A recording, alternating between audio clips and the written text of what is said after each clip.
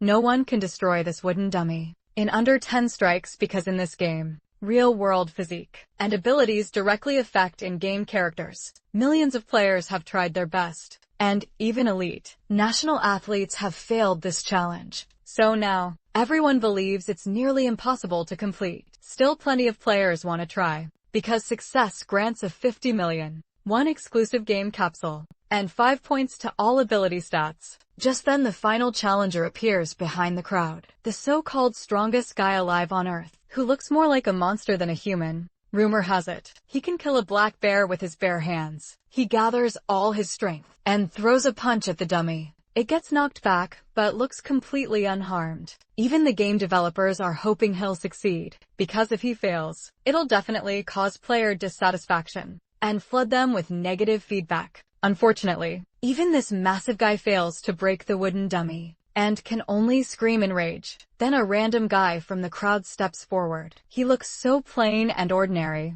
that no one believes he has a chance, especially with that cheap shop sword. Yet he slices the wooden dummy clean in half, with a single strike instantly completing the challenge. Even the developers are shocked, but then they notice something. The sword isn't ordinary at all. It's an epic grade weapon called Radiant Light, and it's impossible to obtain a sword like this in the beginner area, so who the hell is he? And how did he get that sword? Well, his name is Hyun-soo. He's the best blacksmith in the world, and he made that sword himself. A month before defeating the dummy, he went to meet his friend, Kim Ji-han, in a Seoul hospital lobby, the same place where his father has been lying in a coma for years. Kim Ji-han finds it hilarious that people are still clinging to the hope of breaking a wooden dummy. He knows that raw physical power isn't enough. Suddenly Hyun-soo crashes the party. Annoyed about receiving a call during the day, Kim Ji-han explains he couldn't meet in the evening. Due to work, our protagonist asks what he wants. Ji-han comments on Hyun-soo's heavy clothes, asking if he isn't dying of heat. Our hero snaps back with a threat, making Kim Ji-han apologize instantly. Getting straight to the point, Kim Ji-han asks if Hyun-soo knows about the game Ares.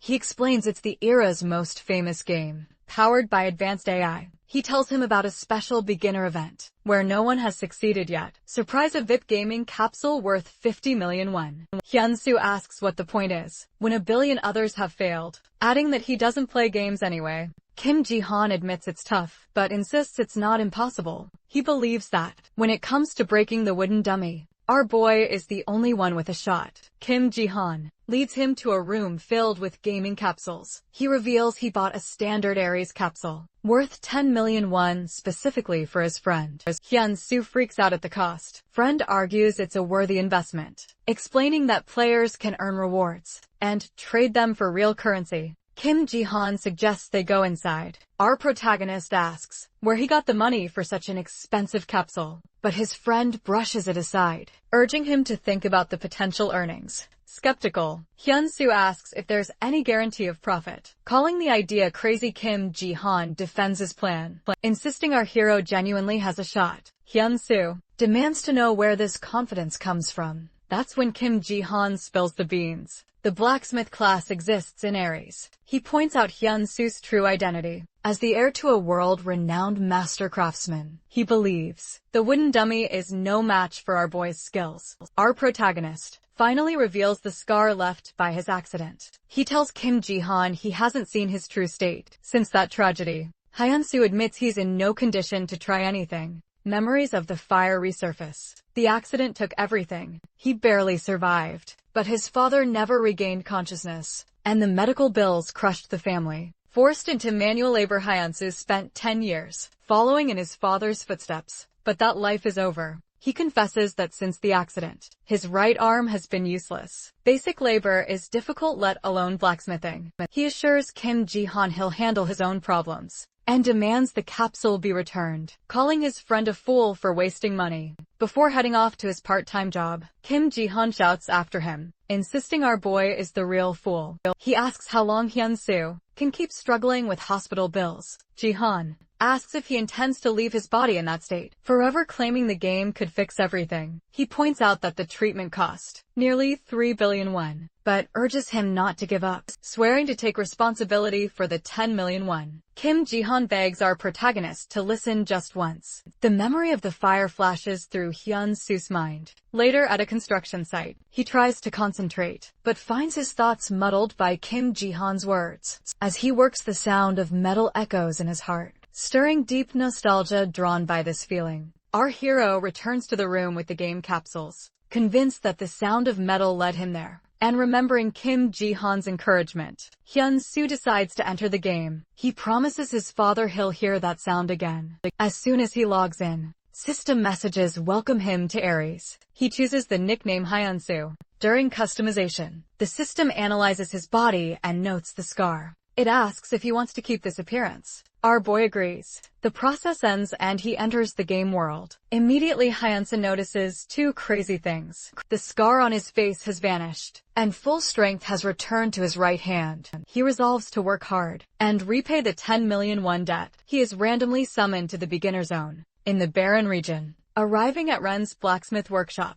Inside, he finds an old blacksmith struggling with his work. The man declares he'll craft a sword superior to his opponent's desperation. Marking every strike, our protagonist interrupts, stating that the method isn't correct. The blacksmith, stunned, asked what he just said. Hyun-soo repeats himself, insisting that the approach is dead wrong. The blacksmith is stunned. He asks if his ears are playing tricks on him. Our protagonist repeats himself. The current method is flawed. Hyun-soo admits it's none of his business, but he couldn't just stand there and watch a craftsman fail so hard. Figuring he has nothing to lose, the blacksmith tosses him the hammer. He challenges our boy to put his money where his mouth is, warning that he'll be watching like a hawk. This works perfectly for Hyun-soo, who intended to ask for the workshop anyway. He sets one condition: if he proves his ability, he keeps the sword he crafts. In return, he promises to show the old man something truly worth seeing. The blacksmith calls him arrogant, but admits he likes the kid's guts. However, he warns there will be a steep price for failure. Hyun-soo agrees. It's been 3 years since he last worked. Despite his bold talk, our protagonist wonders if he is rusty. But as soon as he strikes the metal,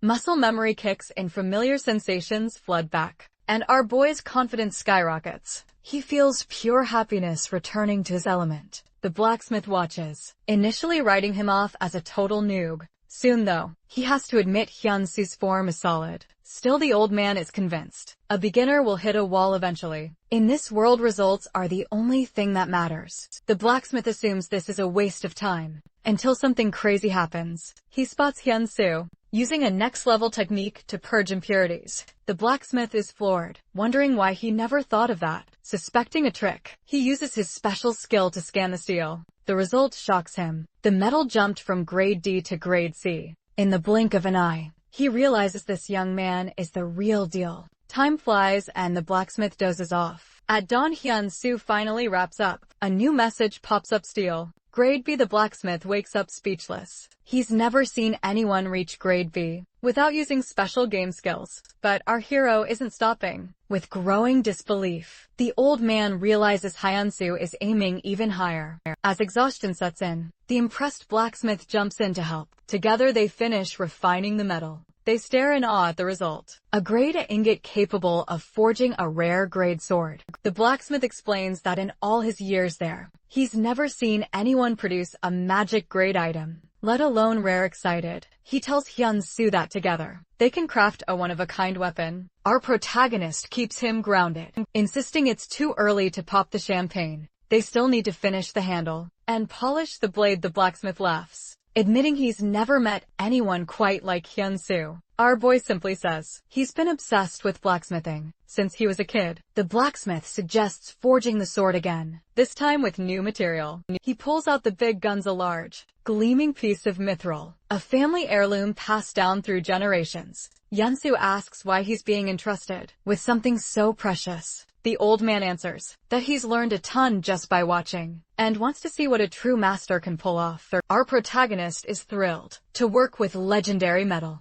It's a risk, but he can't resist. Blacksmith asks if he can call Hyun-soo master. Our hero shuts that down immediately, threatening to quit if he hears that title again. The blacksmith agrees to drop it. 1 month later, the legendary sword Daylight is completed. It boasts extraordinary attack power and stats, never before seen in the beginner's zone. Meanwhile, at the management center, developers are freaking out over an anomaly caused by a level 1 player. The team leader is impressed, but a colleague notes that Kim Hyun-soo requested strict confidentiality. The leader concludes he must have personal reasons for staying under the radar. Back in the game, the team leader checks on Hyun-soo's location. His colleague reports that our protagonist has entered the hunting training center. Inside, a trainer named Relsun greets him with open disdain. He warns that real monsters appear there, and that a level 1 player stands 0 chance. He tells Hyun-soo to get lost and go hunt rabbits instead. Our boy, confident in his hidden stats, refuses to waste time.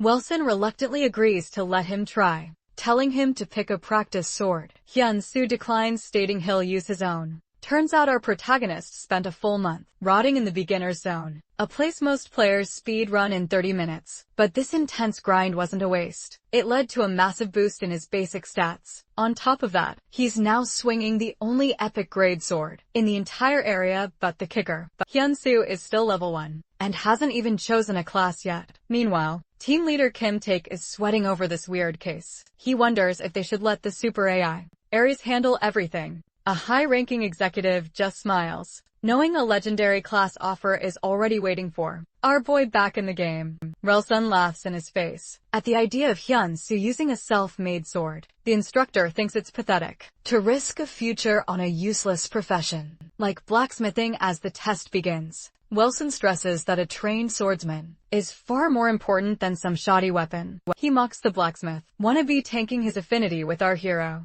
Junsu is used to this crap. In reality, his dream was always brushed aside as trash. Yet he senses that in Ares, his efforts might finally pay off. Our protagonist asks about the best swordsman trained here, then straight up demands a test, harder than anything they faced. Relsun is pissed at the arrogance, but he recognizes the guts. Provoked, he agrees to a special trial, explaining that only the chosen few get the shot. He drags Hyun-soo to another area, noting that the current record is the 3rd stage trial. Relsun summons a level 6 swift goblin, warning that failure means a week-long ban. Our hero ignores the threat and asks if the 3rd stage is the limit. He declares he's taking every trial available. Relsun, insulted, snaps and summons the 4th final stage trial monster, a level 15 mad goblin. Few have passed the 3rd, and no one has ever cleared the 4th. All hell breaks loose. The goblin goes feral, attacking viciously, but our boy dodges like a pro.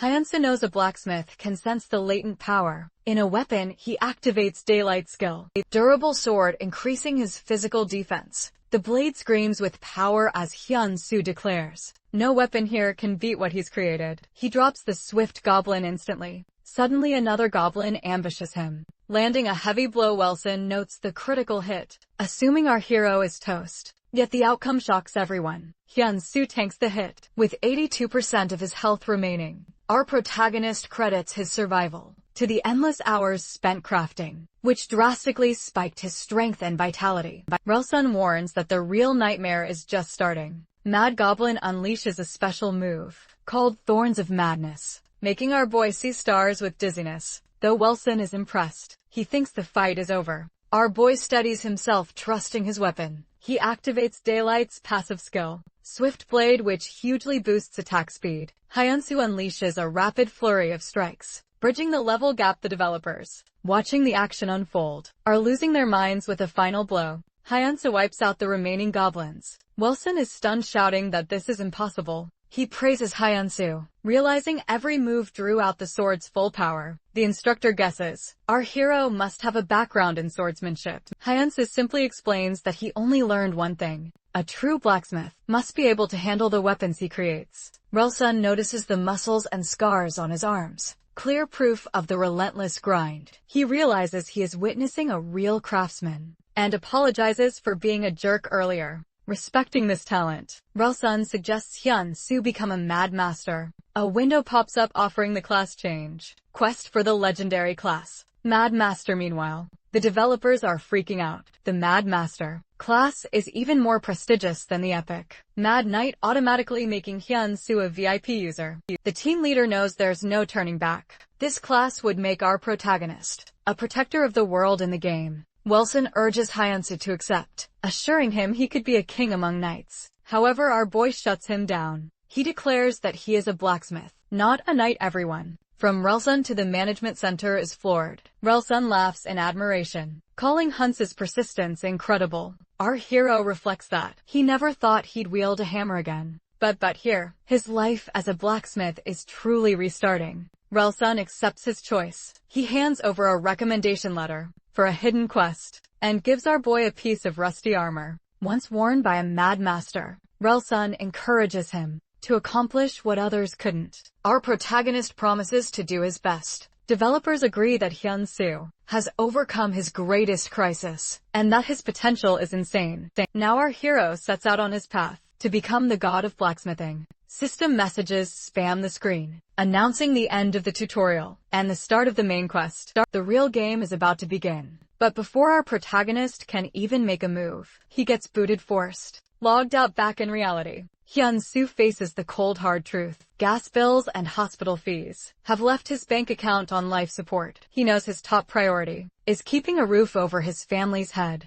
Kim Ji-han calls, asking if he finished the training zone. Our boy replies that he just reached the village, and Kim Ji-han is hyped. He encourages Hyun-soo to head straight to the auction house, explaining that gold equals real cash. He admits this financial opportunity is the only reason he dragged Hyun-soo into Aries. Before hanging up, Ji-han drops a truth bomb. He's never seen anything better than the swords Hyun-soo and his father crafted. He predicts that with the VIP capsules, 99.9% synchronization, the results will be insane. He urges our hero to flood the world with his masterpieces. Hyun-soo feels a surge of gratitude after the call. He decides to focus on crafting and questing to make bank. He understands that stamina management is key. He starts exercising in the real world, noting that while gaming drains energy, nothing compares to the grueling grind of real blacksmithing. As he runs, he makes a silent promise to his father to endure this. Returning to Aries, our hero hits the auction house. He names his shop Hyun's Forge. After creating the shop tool, the system grants him access to the auction panel from anywhere. He selects a prototype sword he made in the workshop. Hyun's first sword. It's a rare grade weapon. Similar swords usually sell for 70 gold, but he lists it for 100 gold. Planning to explore the village while he waits, suddenly the auction board lights up. Players notice a weird new listing, and the bidding for Hyun-soo's sword skyrockets, quickly smashing past 300 gold pieces. This frenzy catches the eye of a member of the Golden Shield Guild. He rushes to tell the vice captain, explaining that the creator is a level 1 player with no class yet. He crafted a top-tier sword using primitive raw materials. Weapon even has an enhancement option. The vice captain is impressed. Using low-quality materials usually tanks the enhancement success rate, meaning the creator cleverly cut costs while maintaining quality. He concludes that this weapon is viable up to level 50. Realizing the honor of discovering such a talent, he decides to buy it immediately.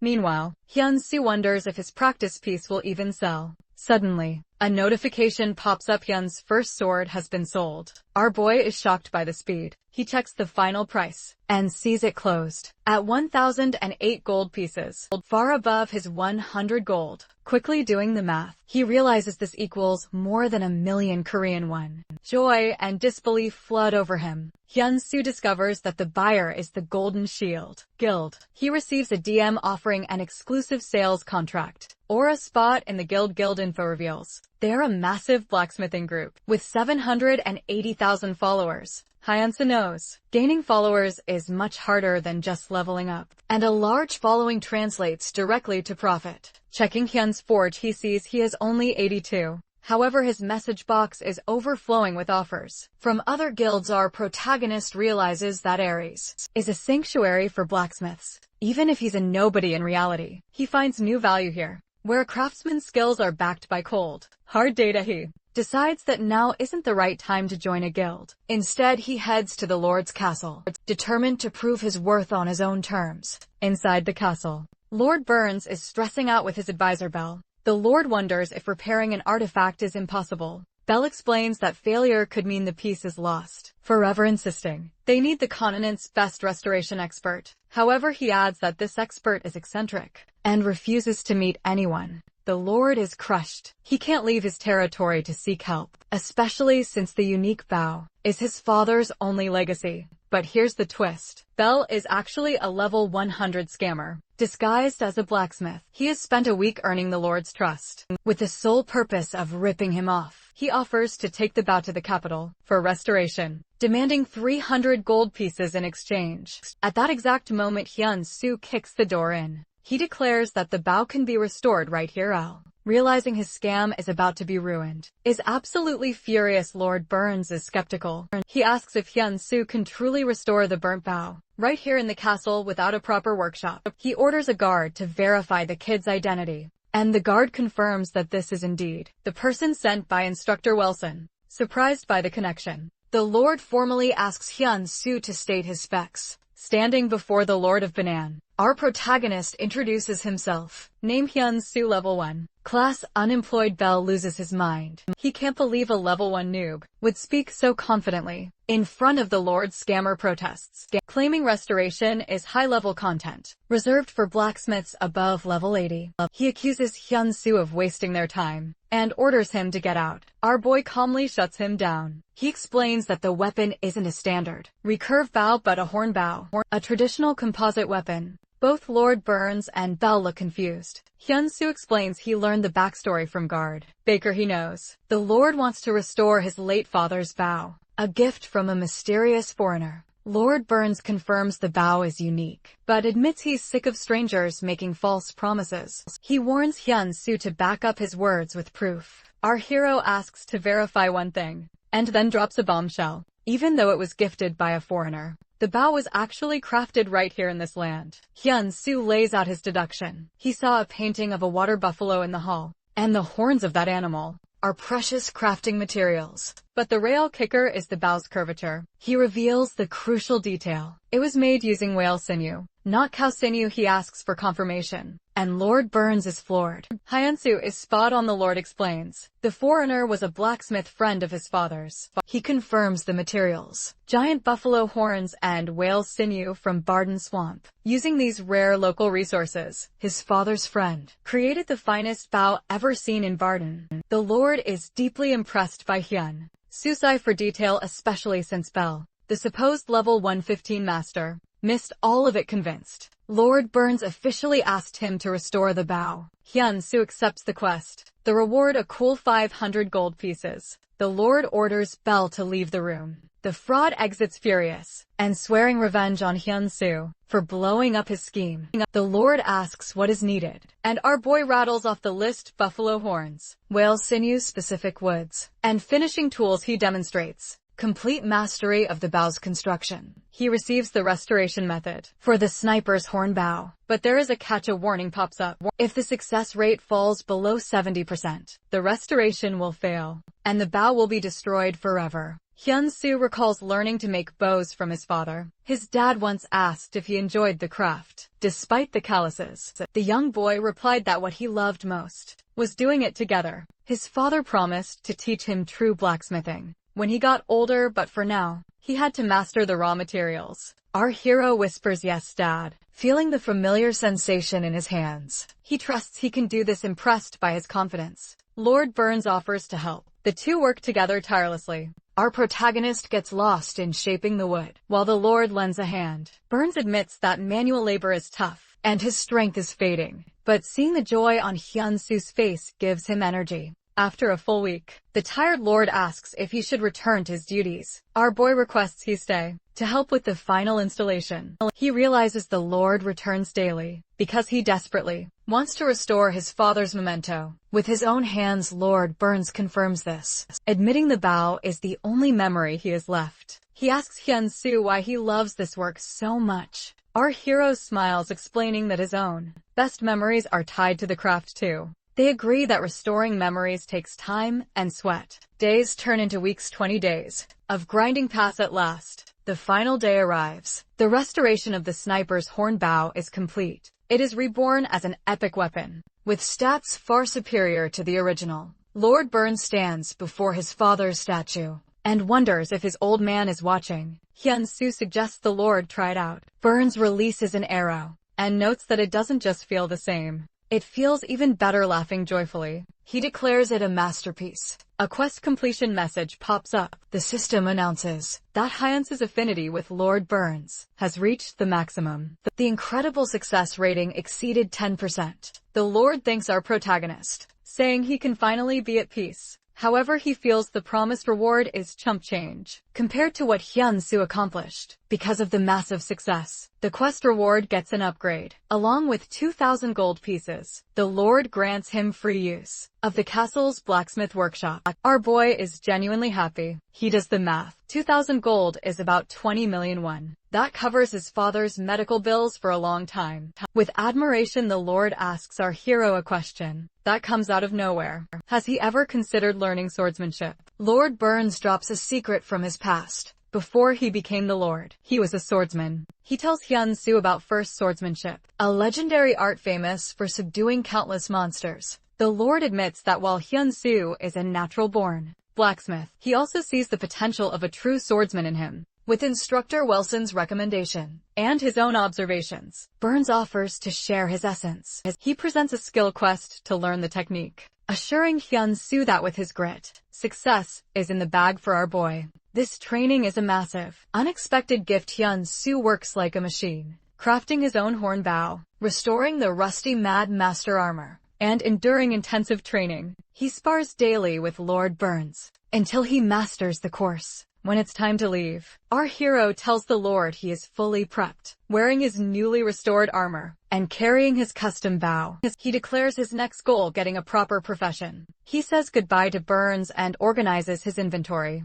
He reviews his gear. The Mad Master armor compensates for his low level with a damage reflection skill, while the new bow boasts a crazy 60% accuracy boost. To fund his journey, he crafts several rare bows and lists them in the auction house. He checks the listing for Hyun's second bow elsewhere. Flame leader of the Golden Shield Guild watches the auction in total disbelief. He notes that even Korea's #1 player Black never made a bow of this quality. At level 10, Flame marvels at how our protagonist crafted such an item at level 1, using trash tier materials. He recalls the words of the world's greatest blacksmith. Smith, the AI Ares decides everything. If the system is impressed, it grants a fitting title. Flame figures the master of Hyun's workshop must possess a legendary class title to produce artifacts at this level. Back with Hyun-soo, our boy is stunned to see his bow's final price, 2,050 gold pieces. He realizes this equals roughly 25 million.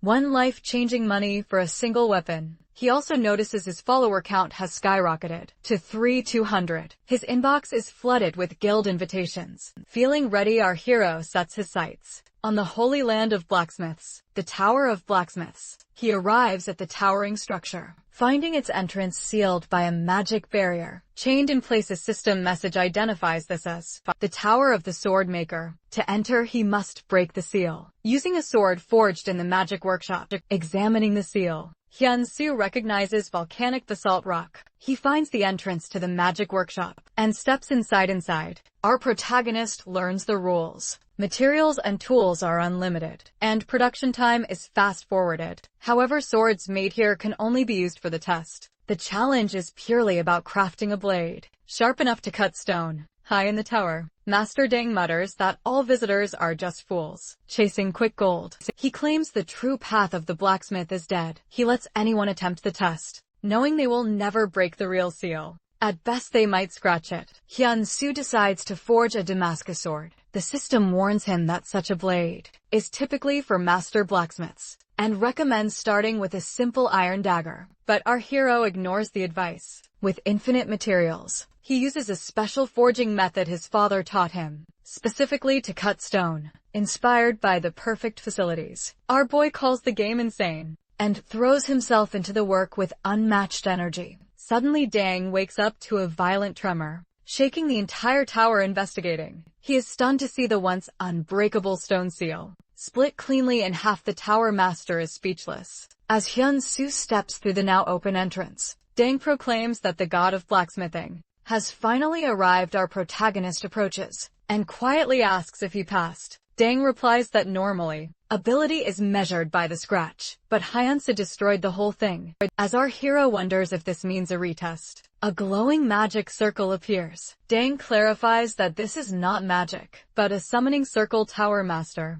Dang presents his special hammer to our boy. Hyunsu receives the system message. Acquired Dang's hammer, a new SS rank quest begins. Ding tells him that now comes the real trial, wishing him success in a flash. Hyunsu is transported. He finds himself atop castle walls, only to see an army of orcs advancing toward the fortress. The SS rank quest updates defeat the orc army. Our hero is baffled, unable to grasp the connection between a war zone and a blacksmithing quest. The soldiers on the wall spot Hyunsu and go wild. They erupt in cheers, celebrating the arrival of reinforcements. The quest objective becomes clear. Our hero must achieve a 70% contribution rate. Among 50 warriors, the squad leader Hans, a level 48 warrior, welcomes him warmly. Hans explains that the orc invasion is getting fiercer. Most of their gear is trash, so he asks our boy to fix it fast. Our protagonist bursts their bubble. He explains it's a misunderstanding, since he hasn't changed his class to blacksmith yet. He has 0 repair skills. Hans points confusedly at the hammer, but our hero explains it's just for the test. When Hans asks about combat experience, Hyunsu admits he's a total noob.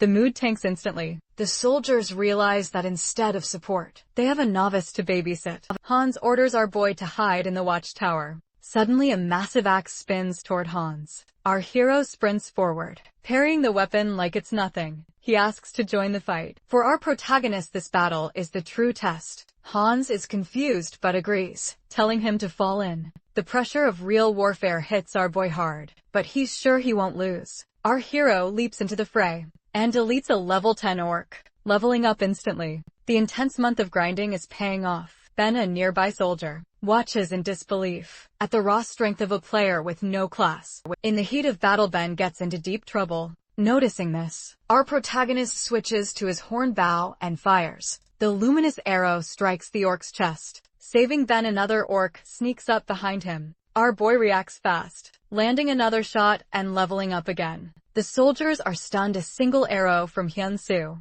takes down even the largest monsters. He shouts at Ben to snap out of it, warning that the orcs are targeting him now. Ben is rattled, surrounded. Our protagonist swaps to his daylight sword and pops the rampage skill. The result is absolute carnage. Orcs fall in droves. Hyunsu's contribution rate jumps to 19%. Hans realizes the master had a good reason for sending this kid. With Hyunsu, Hans believes they can achieve the impossible. Excited, he rallies his soldiers to wipe out the enemy. Our hero feels like a true member of the squad, and the system announces his performance has boosted morale. The battle rages on, and his contribution rises to 28%. He wonders why it isn't climbing faster, even though he's dispatching orcs efficiently. Suddenly a hidden quest activates. A boss enters the chat, a level 51 orc warrior. Hans shouts for the squad to halt. He recognizes their nemesis. Panic spreads. Hans realizes they've advanced too far to escape yet. His soldiers are ride or die. They declare they are ready to fight, and Ben vows never to retreat. Hans orders the attack. Our boy notices the soldiers charging recklessly.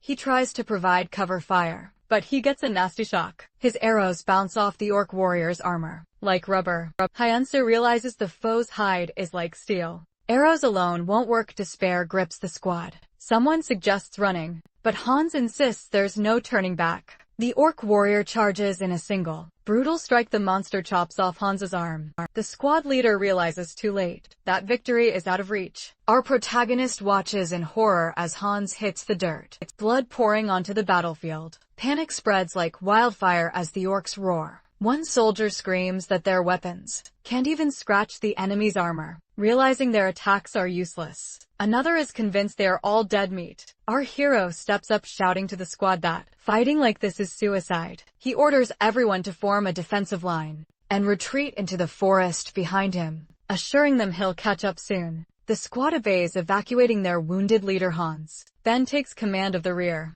organizing the men to hold off the orcs as long as possible. He tells our boy this strategy will only buy a little time. Our protagonist replies that he just needs 5 minutes. Ben is on board, vowing to hold the line no matter what. With that, Hyunsu vanishes into the trees. Standard arrows are trash against the orc warrior's thick armor. So our hero pulls out the big guns, Dang's replicating hammer. It's an epic tool capable of duplicating consumables and drastically slashing crafting time. For the first time, victory feels possible. Meanwhile, the soldiers fight desperately in the forest, holding back the relentless orc advance. Ben refuses to give up or retreat, determined to buy those 5 minutes for Hyunsu. Just as Ben is about to be decapitated by the orc warrior, a streak of light tears through the air. It strikes the monster dead, instantly saving Ben's life. The soldier is stunned suddenly. More projectiles fly from the shadows, each one hitting its target with terrifying accuracy. It turns out, our boy is crafting and firing these special arrows from his hidden position.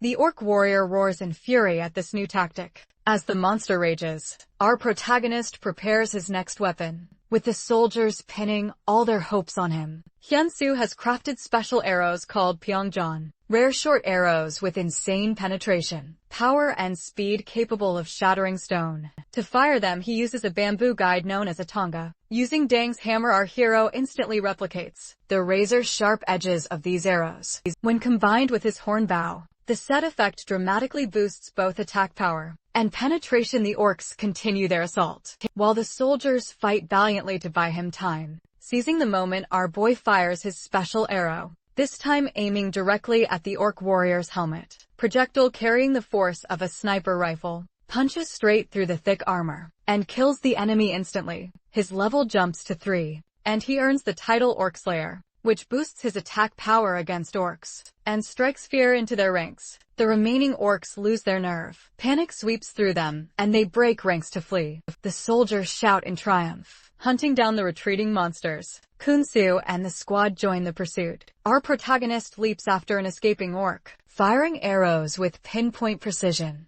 and giving the enemy zero chance to escape. He lands a perfect shot straight to the head. Soon the last remnants of the orc army are wiped out. With the battle won, the mission to suppress the invasion ends in total victory. Our hero's final contribution reaches an astonishing 92%. The system announces the mission is complete. With an exceptional record, the victorious soldiers chant Master Hyunsu's name. He wins the squad's full trust and receives a hidden title, Battlefield Commander. Approaching the injured Hans, who is being patched up, our protagonist listens as the leader speaks. Hans admits they always focused on defense and never believed they could fulfill their long-held dream of defeating the orcs. He thanks Hyunsu, as do the rest of the soldiers. Our hero thanks them right back, realizing his additional test is finally over. Hyunsu considers returning to the blacksmith tower, but wonders how to get back. Back at the central tower of Blacksmith's Tower, Master Dang is in a mood. He complains that the tower has fallen off. All the glory goes to the knights, while the people coming here are just chasing a quick buck. Dang insists they need someone worthy to fulfill the prophecy and restore their golden age. Coulson interrupts, dripping with sarcasm. He questions if Dang is even qualified to lead. Disdainful, Coulson dismisses the chosen one idea as a total hoax. He whines about being summoned during his busy schedule, just to test some random foreign kid. Ding shuts him down, asking if Coulson actually read the report. Hyunsu earned this right by merit, passing the test and annihilating the orc army, despite having no class. The other masters are shocked by the word annihilation. I can't believe a classless player pulled that off. Ding points out that the prophecy demands a successor, stronger than anyone. The sword itself will give the final answer. The grand doors swing open, and our protagonist steps into the magnificent hall. Ding welcomes him, confirming he has passed the test, and now has the right to enter the sanctuary of blacksmiths. He tells our hero he is eligible to challenge the sword of prophecy. Everything will be decided once Hyunsu holds the weapon. Our boy reflects on the phrase suitable reward. He recalls the SS rank mission he crushed and wonders if he's about to snag a legendary class. Olsen steps forward to congratulate Hyunsu, complimenting his quick thinking, but his tone turns nasty. He claims the arrow Hyunsu made was just a cheap replica. and dismisses the victory as pure luck. Coulson sneers that without the epic bow, our protagonist would have failed. He challenges him to draw the sword, eager to see if his luck holds up. Hyun-soo looks around. He realizes these masters are high-level NPCs who shaped the legends of Ares. Noticing that Coulson, master of the Bow Smith Tower, is level 365. Our hero understands everyone here is a heavy hitter. Still, he feels zero inferiority. He believes that if it comes down to pure craftsmanship, without the bias of titles, he would come out on top. Our protagonist approaches the legendary sword. It glows with overwhelming power, sending a wave of energy that shocks the masters. Suddenly, the sword erupts in brilliant light, engulfing the entire hall. Hyun-soo wonders what the hell is happening, as he's swallowed by the energy. When the light fades, he stands in the same spot, but the sword has vanished. Dang gasps. He laughs, realizing the real successor didn't even need to touch the sword. It chose him instantly across the hall. Coulson curses in rage, refusing to accept the outcome. Just then the system drops a bomb. It announces that the first god class has appeared in the world of Ares. Coulson's anger boils over. He can't accept that a novice received such an immense honor. The system confirms it. Hyun-soo has advanced to the god of blacksmithing. Our protagonist and Dang are stunned. This isn't just a legendary class. It's the first of its kind, granting him insane abilities. He is no longer bound by level requirements while crafting, and his experience increases automatically based on the items he creates. The prophecy confirms that as a blacksmith, he will become stronger than anyone else. A new class quest test of the sword appears, unlocking at level 100. The other tower masters whisper among themselves, accepting the sword's choice. However, Coulson throws a tantrum. He loudly protests, reminding everyone of a specific clause. The successor must gain the recognition of all tower masters. Coulson officially challenges Hyun-soo to a blacksmith duel. The terms are set. If our boy wins, Coulson will recognize him. If Coulson wins, Hyun-soo must give up the position. Dang tries to stop it, but Coulson glares at his colleagues in defiance. Our protagonist decides to mock him, saying that if Coulson wants to run away, now is the time. He adds that if Coulson loses, he'll have to serve as deputy tower master and take his training seriously. Coulson laughs, but our boy accepts the challenge with complete confidence. At that moment, a secret skill unlocks, a way for blacksmiths to communicate through their craft. Hyun-soo gains the ability to use custom god crafting. The salty master explains that a blacksmith's duel is a whole different ballgame from a knight's contest. It isn't about physical strength. It's a clash between two creations. The rules are simple. Both blacksmiths forge a sword, then smash them against each other. The blade that breaks first takes the L. Coulson declares the workshop is ready. Since Hyun-soo has skills, one day should be enough. He mocks our boy, telling him they will meet tomorrow. After Coulson storms off, Dang warns our protagonist that he accepted the duel too lightly. The tower master explains that Coulson is one of the most skilled artisans on the continent. Hyun-soo agrees. If he were still an ordinary blacksmith, he would get crushed. Typically, skills are tied to level and title, but now that our hero has advanced to god class, those restrictions are gone. The only thing that matters is pure skill. Thanks to his new status, he has acquired the active god rank skill. Custom god crafting. This skill allows him to create fully customized artifacts and bestow any effect he chooses. The catch: the higher the grade of the chosen effects, the harder the crafting process becomes. Meanwhile, in his own workshop, Coulson is stuck in the past. He remembers, believing he would inherit the family craft. Instead, someone more skilled appeared, forcing him to settle for Bow Tower Master. He accepted it to serve Dang, but he cannot accept Dang elevating a stranger above everyone else. Coulson pours his frustration into the hammer, causing an explosion of fire in Hyun-soo's workshop. Dang watches our boy at work. The Tower Master knows that bestowing abilities follows the law of equivalent exchange. Usually, one prioritizes durability to gain an edge in a duel. Yet Dang is confused. The durability and stats of Hyun-soo's sword appear to be only rare grade. Our protagonist completes his sword, the blade shining with brilliant light. Dang wonders just what the god of blacksmithing is cooking. The next day, everyone gathers for the showdown. Coulson challenges Hyun-soo to prove himself worthy. Coulson reveals his sword first. Coulson's Dark Knight, a unique sword. The stats are insane: 12,000 durability and 664 attack power. It also features abilities that boost durability by 35%. Ding! And the other masters praise Coulson's craftsmanship. Coulson flexes that his blade is a masterpiece and demands to see what our boy has made. Hyunsu unveils his sword, stunning them for the wrong reasons. It is only rare grade. Its durability is a pathetic 1000, and its attack power sits at 177. A tower master sneers, calling the sword ridiculous, and claiming Dang was foolish to trust a random player.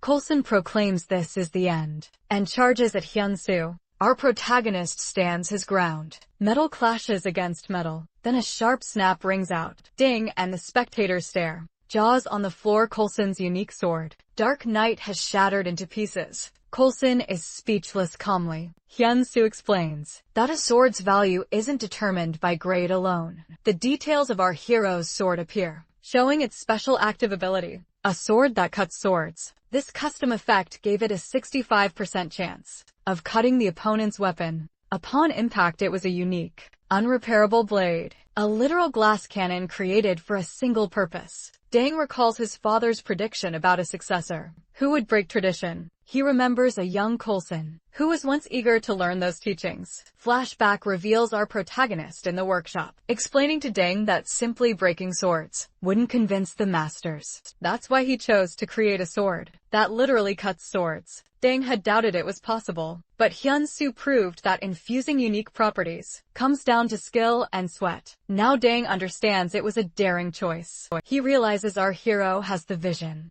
to turn bold ideas into reality. Coulson whispers the title god of blacksmithing. He wonders if he'll ever be able to forge a weapon like that. Hyunsu looks at him with a calm smile, declaring that the word impossible doesn't exist. Coulson accepts defeat. Our protagonist tells the fallen master that he now stands before the god of blacksmithing. A system window announces that the duel of the blacksmith's quest is complete. The tower masters drop a nice payday on Hyunsu, a box containing 500 gold coins. On top of the cash, they hand him a scroll detailing the recipe for a legendary bow, one of the 10 treasures of the tower. Coulson admits this recipe is out of his league. He believes in trusting it to someone on the path to greatness is the only right move. Dang addresses our protagonist, declaring that the god of blacksmithing will kickstart a new age of prosperity. He encourages our boy to aim for the absolute peak. Growth of the god starts right now. The scene shifts to the real world. Hyunsu is celebrating with Kim Ji-han, the wealthy friend. Can't believe he's drinking beer on Hyunsu's dime. He congratulates him on achieving the god rank class, calling it absolutely insane. Ji-han admits he recommended the game to stop our hero's talent from rotting, but he never imagined he'd be this cracked at it. He points out that, after all the hell our protagonist went through, he's finally seeing the light at the end of the tunnel. Kim Ji-han asks the million-dollar question: what actually changes with the god class? Our boy laughs and says honestly, not much feels different yet. His immediate focus is the hospital bill, a ticking time bomb due tomorrow. To make matters worse, another 10 million won has been slapped onto the treatment cost. Ji-han shares an update about his father's new medicine. Bad news, it isn't covered by insurance, so the price tag is at least 20 million won. He reminds Hyunsu that his own burn treatments aren't free either. Ji-han drops a reality check. Having a god class isn't enough to pay the bills. There's a physical limit to how many artifacts our hero can craft. He explains that Hyunsu needs to level up and build massive fame. Kim Ji-han gives him the playbook. Rub elbows with the biggest shots in Aries. This way he'll snag much bigger rewards and rare items. Our hero takes the advice to heart. Ji-han then claims to have a plan, announcing that his big brother in the game will help. Our boy just laughs and tells him not to get fired from his day job. Ji-han shows him the latest news. The internet is blowing up about a player named Lord, always ranked 21st. Lord has finally reached a legendary class. But the shocking part, Lord actually defeated Sword King Barrett, an NPC no one had ever beaten. Players are losing their minds. Meanwhile, our protagonist feels the crushing pressure of the hospital costs 30 million won per month. He realizes that, even combining quest rewards and auction profits, he is short. Hyunsu is determined not to let his father's treatment stop. At that moment, speak of the devil, he receives a notification One of his swords have sold for 53,310 gold coins. The buyer, Lord Arboy, immediately heads to the hospital reception and pays off every cent with the weight finally lifted. Hyansoo decides he can never stop playing Ares. Back in the game, he receives a DM from Lord. The ranker explains that thanks to Hyansoo's sword, he passed Sword King Barrett's test. Lord adds that anyone who knows the true value would call the price a steal. The message reveals the secret. Our hero's sword cut the Sword King's own weapon, creating an opening that stunned the NPC. Lord drops a massive opportunity. King Barrett is waiting for him and wants him to make a sword. Our protagonist is startled. He realizes this is the golden ticket to solve all his problems. Resolving to seize this chance, our boy decides meeting Barrett is a must. Elsewhere, a stylish man enters an old blacksmith workshop. In the modern world, he whispers that there is only 1 month left on their promise back to Hyunsoo. He's on the phone with Kim Ji-han, who is shocked at the idea of walking up to Sword King Barrett. Ji-han laughs in his face. He points out that even a god rank class doesn't grant access to everything. Generally, meeting a high-level NPC like Barrett requires a player to be at least level 200. With high fame, however, he assures our hero there is a loophole. Ji-han tells him about the Goyad Martial Arts Tournament, an annual event in the Goyad Kingdom, restricted to levels 50-60. King Barrett hosts it to scout talent. The winner gets prize money directly from the king himself. Johan concludes that if Hyansoo wants to meet the king right away, this is his only path. Heeding Dan's advice to explore the world, our protagonist sets his sights on the next destination. With determination, our boy embarks for the castle region. To begin his journey, Hyansoo recalls Dan's advice. The castle region sits on the border of the Prime and Goyad kingdoms. Meet Grinder holding back relentless waves of undead. This is the fastest place to power level, and our hero is determined to crush the upcoming mission. Upon arriving, Centurion Render greets him, asking if he is part of the reinforcements. He notes the timing is perfect. They are desperate for warm bodies. The commander explains that the undead attacks keep spiking and shares the region's lore. In the past, the Holy Ramus bell rang throughout the land, weakening the monsters, but recently, the bell shattered. The commander admits they were caught with their pants down. Although they beefed up defenses, the enemy realized the weakness and started creeping in. Hyansoo asks if the Ramus bell can be repaired. Render freezes, suddenly realizing Hyunsoo's potential identity. He asks if he came from Master Dang, and our boy confirms it. Render freaks out, asking why he didn't lead with that, and rushes him to see the captain. Captain Cao of the Castle Knights asks if Dang sent him personally. Render confirms it, explaining that Hyunsoo wants to inspect the bell. Captain Cao shuts it down, stating that Dang already declared the bell unrepairable. The Lord made several secret attempts, but every expert, including a level 290 master, said it's toast. Captain Cao eyes our hero and demands his level. Hyansoo replies honestly level 13. Render's jaw drops. Captain Cao sighs, telling our protagonist he's a liability, and advising him to find a safe spot in the rear. The captain explains that if the main undead army breaks through, it's game over. Suddenly, a soldier bursts in. The undead are hitting the eastern wall. Its ghouls, a massive horde of level 41 monsters, headed straight for the gate. The captain declares the situation critical. He orders Render to follow him, and tells Hyansoo to keep his mouth shut about the bell. Our hero thinks that if this is like the Orc War, he can handle it. A new regional war quest begins. Drive away the ghouls and protect the gates. The horde rushes the walls as the soldiers fight for their lives. Render explains that undead are tanky. Without holy power, it takes forever to kill them. Render is stunned when Hyansoo drops a ghoul with a single arrow to the head. Without a drop of holy power, our boy uses the flying arrow skill, and the projectile hits like a truck, piercing through rows of ghouls. Soldiers cheer,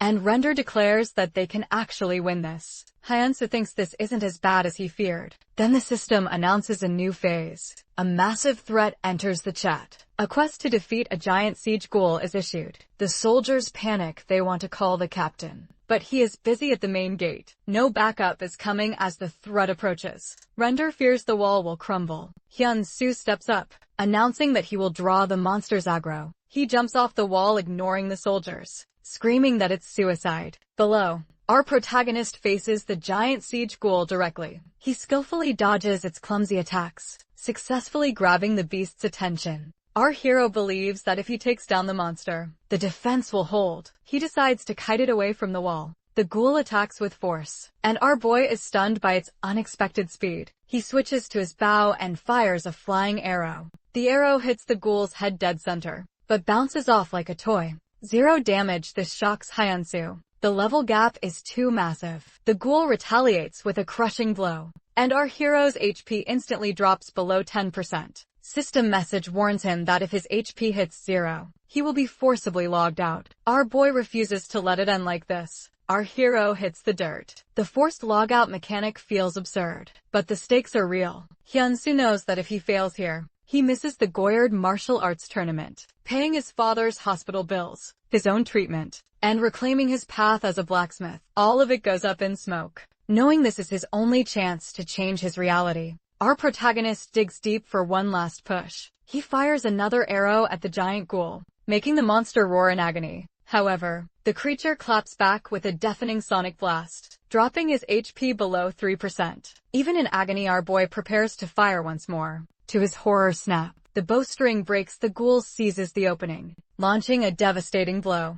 Hyansu is left standing with exactly 1 HP remaining. On the verge of death, our protagonist refuses to quit. His insane grit triggers a system message, announcing that a rare condition has been met. His fierce will satisfies the god of blacksmithing, activating a new skill: emergency god crafting. The rules are brutal. He must create a weapon in under 20 seconds, and it will only last for 30 seconds, before poofing out of existence. Recognizing this is his only shot, he starts the process. A 19-second countdown begins. He grabs materials and forges at lightning speed. As the timer hits 0, our boy finishes a brand new sword, and launches himself at the monster. With a fierce shout, Hyansu charges, activating the Scythe of Death sword skill. He freezes the monster for an instant, before delivering a flawless finishing blow, driving the blade through the beast. The giant ghoul is toast. It collapses, defeated, and our hero is completely drained. A system message declares he has deleted the boss. He gains a massive XP dump, instantly boosting his level to 38. Hyansu breathes a heavy sigh of relief. He is now tournament qualified. He passes out from exhaustion, as Render and the soldiers rush over.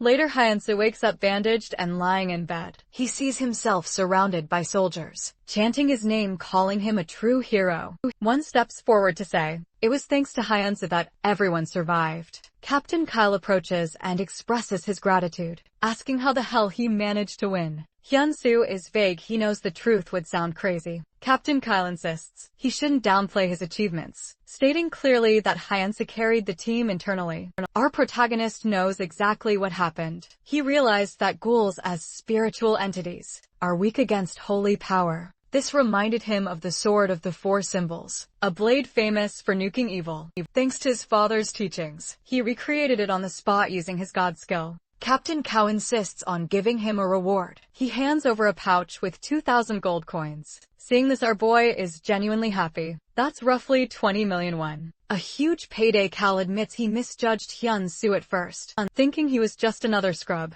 and asks for forgiveness. Our protagonist assures him it's all good. At that moment, their affinity hits the maximum. Then Captain Cal makes a formal request. He asks Hyansu to repair the Ramus bell. The captain sensed holy power in the sword Hyansu used, and believes restoration is possible. Hyansu politely apologizes. He appreciates the trust, but he needs to bounce to the Goyad Kingdom for the tournament. Captain Cal smiles and drops the bait. He reveals a detail no blacksmith could ignore. The Lord owns a piece of legendary metal. If the bell is restored, that metal is his. Our protagonist's interest is immediately piqued. Captain Cow brings him to see the artifact, showing Hyansu a pile of golden fragments. Hyansu is shocked. The bell isn't just damaged, it's reduced to literal dust. The captain asks if he can recreate it. Hyansu admits this is worse than he imagined, but insists there must be a solution. Suddenly, a girl crashes the conversation. She declares that the bell cannot be restored, adding that, even with her level of 290, she failed to fix it. She looks our boy in the eye and calls him a fraud. The story rewinds to a time before the chaos. A girl named Nell, also known as Team Leader Kim,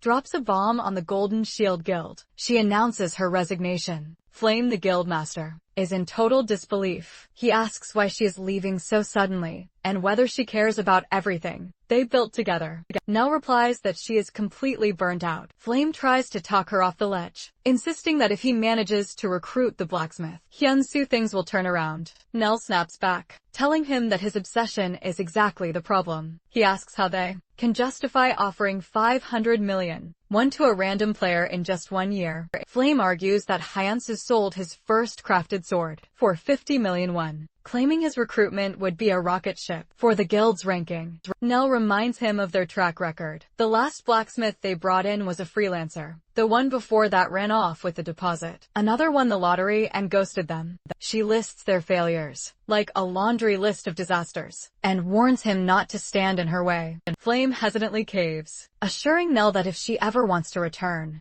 the door is always open. The narrative shifts back to the present in Castle. Nell arrives to find the village wrecked. She is shocked at how quickly destruction has overtaken the area. She thinks to herself that Castle is special to her. The villagers aren't just NPCs. They are real people. Nell believes that if they could only repair the Ramos bell, all this tragedy might be stopped. She decides to check the artifact one last time. Upon reaching the bell room, she is surprised to see Hyun-soo already there, and immediately accuses him of being a fraud. Our hero is confused, asking who she is to judge him. Nell declares that she is a far higher-ranked blacksmith than he is. Captain Cal steps in, telling everyone to chill. He introduces Nell as the expert blacksmith he mentioned earlier, then presents Hyun-soo as the hero, who deleted the ghouls. The captain adds, with pride, that our boy has volunteered to repair the bell. Nell scoffs internally. She doubts a level 38 player, who hunts monsters, could fix a holy artifact that stumped the pros. She accuses our protagonist of trying to exploit Castle's desperate situation. For profit, Hyun-soo ignores the noise and focuses on the bell's fragments. A system notification pops up, confirming that, while the Ramos bell retains holy power, it is totally destroyed. Normal repair is impossible. Our hero concludes that restoration by conventional means is a no-go. Suddenly, he grabs a hammer and smashes one of the fragments. Nell screams, begging him to stop destroying it. Hyun-soo stays calm, asserting that restoration is indeed possible. The high-level blacksmith is furious, asking if he even understands what unrepairable means. Just then a soldier burst into the room, reporting that the undead are swarming. In overwhelming numbers, everyone freezes. A system window appears at first. Our protagonist thinks it's a quest, but he soon realizes it's an update notification. The message announces that the Castle region update has started. Once complete, the area will be permanently transformed into a land of the undead. Nell despairs, feeling it's game over. However, our boy tells her otherwise. He asserts that if they can reconstruct the bell before the update completes, they can stop the transformation. Nell declares it impossible, but our protagonist insists it can be done. He turns to Nell, challenging her directly. Was she not the one who wanted to protect Castle more than anyone else? Nell admits Hyun-soo is right, but she has no clue how to pull off such a miracle. Our hero tells her to follow him. As he sweeps the shattered remains of the Ramos bell into his inventory, he says, with real conviction, that they will protect Castle together. Captain Cal tells Hyun-soo that he is counting on him, promising to hold off the monsters as long as possible. The scene shifts back to the blacksmith's workshop. Nell asks Hyun-soo what the plan is. Our protagonist outlines his theory. When he broke the first shard, the holy power remained, proving the energy is inside the material itself. He intends to melt it down and forge a completely new bell, believing the holy power will return stronger than ever. Nell remarks that she has never seen a method like this. Hyun-soo responds that repairing something isn't just about skill. It's about understanding the heart of the object. As the smelting begins, Nell is surprised. She wonders if he truly means to do all this labor. Manually, our boy turns to her and asks why she's just standing there. He admits he can't do this without her help. Meanwhile, in the real world, at the game developer's office, a dev monitors the Castle region update countdown. Less than an hour remains. Kim Tae-suk, the senior developer, watches the screen intensely. A colleague scoffs that one person cannot flip the outcome, but their female teammate points out that Nell, a top-tier player, is helping him. As the fateful moment arrives, the battle rages. Captain Cal shouts for his men to hold the line. Exhausted soldiers drop one by one. A giant monster breaks through the defense, but Cal intervenes and slays it. He rushes to his wounded comrades, urging them to hang on amid the chaos. A fracture appears in Captain Cal's sword. He despairs as a monster leaps at him, believing it's the end suddenly. A powerful bang rings out across the battlefield. The undead freeze in place. They clutch their heads, shrieking in pain before erupting into flames. The echo of the mysterious bell spreads through the entire region. Captain Cal yells, in celebration that the Ramus bell has been restored. Back at the developer offices, an employee spits out his drink on the screen. Inside the workshop, Hyun-soo Kim Tae-sik drops the info. Our boy hasn't slept a wink since the update countdown began a week ago. A flashback reveals the madness. Starting 5 days earlier, Hyun-soo went straight to the blacksmith's workshop in Kaseol. Rallying the residents, he told everyone they would have to melt everything down to draw out the divine power. While Hyun-soo drafted the schematics, he put Nell in charge of herding the cats, organizing the workforce, and supplying the battlefield. Afterward, our hero activated the custom god crafting skill. He planned to juice up the bell's power against evil and add a specific attribute for nuking the undead. He directed the workers to stoke the furnace higher. Fueled by a shared will to protect Castle, every villager pushed forward. Hyun-soo reminded them to keep out every impurity. The workers poured their blood, sweat, and tears into the task. The days bleed into one another. From day 4 right up until the final hours, it's a blur. Nell stands watch, exhausted until she finally crashes. She wakes up with a start, shocked by how long she was out. Spotting the finished bell, Nell is amazed that Hyun-soo has been grinding non-stop. For days a system window pops up. Her apprentice title is glowing. Witnessing the process of a master craftsman has boosted her efficiency by 22%. Nell wonders in awe if this young man is truly a master. Hyun-soo notices she's awake and cracks a joke that she slept like a baby. Despite the noise, Nell protests, insisting she wasn't out for long. Our protagonist assures her they're nearly at the finish line. Yet, unexpectedly, Nell asks him outright, is he the blacksmith? Hyun-soo, our boy, confirms it. He places his hand on the new bell. The artifact glows with immense power as his special mark appears. Nell gazes in admiration. She says, beautiful doesn't even cover it. It's a true masterpiece, a system message declares. This is Hyun-soo's second custom creation. It boasts unique infinite durability, an artifact that was once deemed impossible to repair.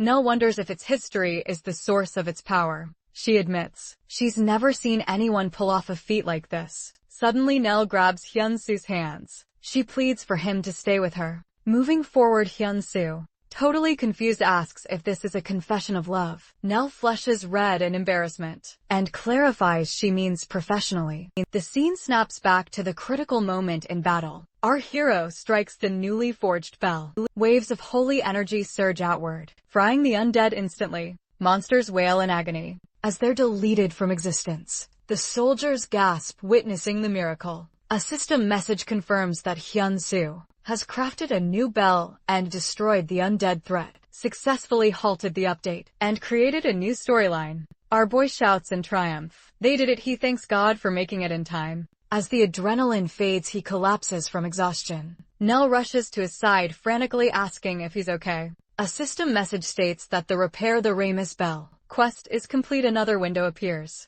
noting that the rewards have changed due to the unprecedented achievement. Meanwhile, the Ares player community is buzzing. Someone posts the reason. The Castle region update failed, showing before and after photos of the tower. Players recognize Hyun-soo as the creator of Hyun-soo's first custom sword. They are stunned he repaired the Ramus bell. Thousands begin following his workshop immediately. Hyun-soo wakes in bed to the sound of endless notification spam. He glances at his interface and sees the workshop's follower count has exploded to 111,055. He's stunned. Our protagonist smiles. He realizes he made the right call by engraving his name on the bell. Now everyone visiting Kaseol will see it. Free marketing. A knock comes at the door. Captain Cal enters beaming. He declares that the savior of the region is finally awake. He announces that with the Lord's blessing, he has come to deliver the reward. He hands Hyun-soo a massive sum of gold. Our boy is speechless. The amount converts to roughly 330 million won. The captain explains that only a savior is worthy of such a payday. He also presents a box, a personal gift from the Lord. Inside, Hyun-soo finds the legendary metal orichalcum. Our hero thanks the captain but Cal shakes his head. He says it's they who owe him everything. He points out that, unlike other outsiders, Hyun-soo didn't flee, he stayed and defended them. The captain's gratitude is genuine. Our protagonist feels the sincerity. He reflects that the suffering of people in Aries is no different from the despair he's known in real life. Hyun-soo prepares to bounce. He states he must return to where he lived before. The captain agrees without hesitation. Our boy decides it's time to reclaim his workshop. In the real world, he logs out of the game. Captain Kao and his attendant watch the place where he vanished, commenting on how strange outsiders are. The next day in Gongju, Hyun-soo meets real estate investor Kang Hak-soo. Kang checks his phone, which displays a notification. Mr. Hyun-soo has deposited 330 million won. Kang turns to Hyun-soo shaken. He expresses genuine amazement that he actually pulled it off. The story rewinds to 1 year ago. Hyun-soo sits with Kang Hak-soo, a real estate investor, reviewing property papers. Kang runs the numbers. The damage, a cool 330 million won. He mentions having heard about the big fire and reassures Hyun-soo that the insurance money should cover the hospital bills. The investor encourages the young man to keep his head up. As Kang prepares to bounce, Hyun-soo asks if he can buy back the workshop. Kang does a double take. Our boy repeats his request. He explains that if he gathers the money, he wants Kang to offer him the property again. The investor advises that buying a burnout shell is throwing money down the drain. It would make more sense to buy a new place. Hyun-soo insists. The workshop holds his father's memories. Moved by this sentiment, Kang cuts him a deal. He grants Hyun-soo a grace period of exactly 1 year. However, he warns that once the year ends, the property goes to the first buyer with cash. Our protagonist thanks him. Kang tells him he'll be waiting for his call. Back in the present, Kang stares at the deposit notification. He admits he is impressed. Even though he made the offer, he honestly thought the kid was asking for a miracle. Hyun-soo admits the 1-year deadline was just a guess. He knew the opportunity could vanish in a heartbeat. Still, Kang kept his word. Our hero asks why Kang was so chill with him. The investor responds that Hyun-soo was the first person ever to ask about buying back a property immediately after losing it. Kang simply wanted to encourage that spirit. Hyun-soo expresses his gratitude again. Thanks to this man, he didn't lose his father's legacy. He feels he must give something back. Hyun-soo asks if Kang knows the game Aries. Kang laughs. Everyone and their mother talks about it. Our boy reveals that he is actually a blacksmith. In Aries, Kang notes it's the perfect gig for him. Hyun-soo offers a favor in return, a custom artifact. Kang asks for a custom piece regardless of the stats. Our protagonist promises to deliver whatever he wants. Later inside the game, Hyun-soo enters a tavern. Nell waves him over. It's their first reunion since the undead incident. Nell complains that tracking him down was a nightmare. Hyun-soo apologizes, but she laughs, saying she's just teasing. Nell drops her resume, introducing herself properly as the former chief strategist of the Golden Shield Guild. She claims she built the guild into what it is today. She adds that after witnessing Castle, she is certain of one thing: Hyun-soo will be a top-tier ranker. Strategist gets straight to the point. When our boy establishes a guild, she wants to be its first member. Our hero jokes that she was calling him a scammer. Just a few days ago, Nell apologizes, but insists anyone would have misunderstood. Hyun-soo assures her he was joking too. He looks forward to working with her. Before they part, Hyun-soo decides to spill his plans. Nell is stunned when our protagonist reveals he's going to meet Sword King Barrett, one of the 10 legends. Our boy confirms he will enter the Goyad martial arts tournament. While eating, he wonders if the winner really receives their prize directly from the king. Nell confirms this. Though she looks worried, she explains that the tournament is a gathering of sweaty tryhards and promising talents. It's a serious event. Hyun-soo just shrugs. That's exactly why he has to win. Nell wonders how he can eat under such pressure. Our protagonist reassures her, saying not to worry, he'll aim for the top using his specialty, leaving her totally confused. The day of the Goyad martial arts tournament arrives. Tournament head Bikel welcomes the fresh meat. He announces the tournament will begin as soon as he steps down. At that point, the participants must face the monsters. Bikel adds that although the king cannot be seen, His Majesty, Sword King Barrett, is watching from the shadows, so everyone had better be on their best behavior. He wishes them luck. A system window pops up, announcing the official start in the arena. Contestants brace themselves. Initial mission is to withstand an onslaught of golems. For 1 hour, many players leap eagerly into battle.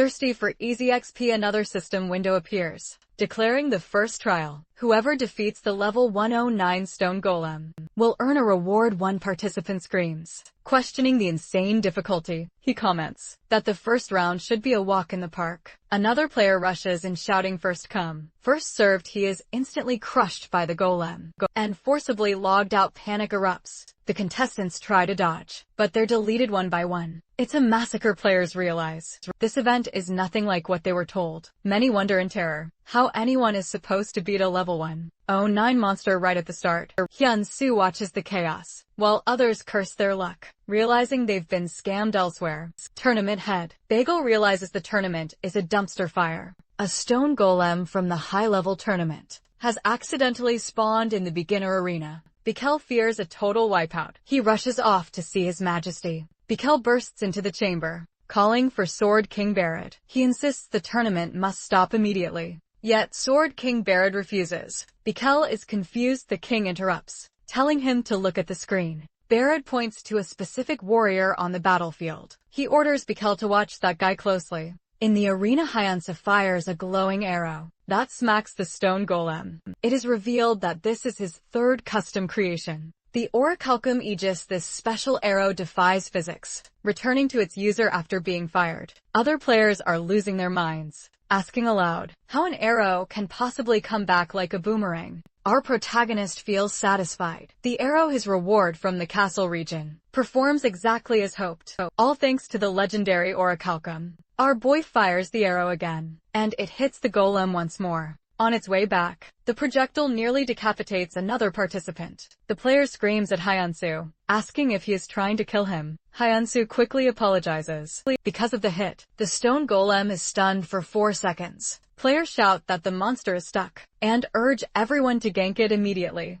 Contestants launch a barrage of attacks, spells and strikes, but the golem shakes them off quickly. It unleashes a furious roar and begins a savage counterattack. Participants scream, warning each other to dodge. As the golem goes into full rage mode, it locks onto our hero, charging straight toward him like a freight train. One player cries out that they just need to survive a little longer, while another yells at our boy to run for his life. Players take heavy blows and struggle desperately to stay in the fight. At the last moment, our hero switches to his daylight sword, determined not to fold. He tanks the golem's massive strike, but the impact slams him into the ground above. Tournament head Bikel pleads with Sword King Barrett, suggesting the tournament should end now, since the participant seems to have hit his limit. The king watches with growing interest. Suddenly something wild happens. Despite hitting the deck, Hyun-soo activates the emergency god crafting skill again. The process finishes instantly. He creates Damascus World 2,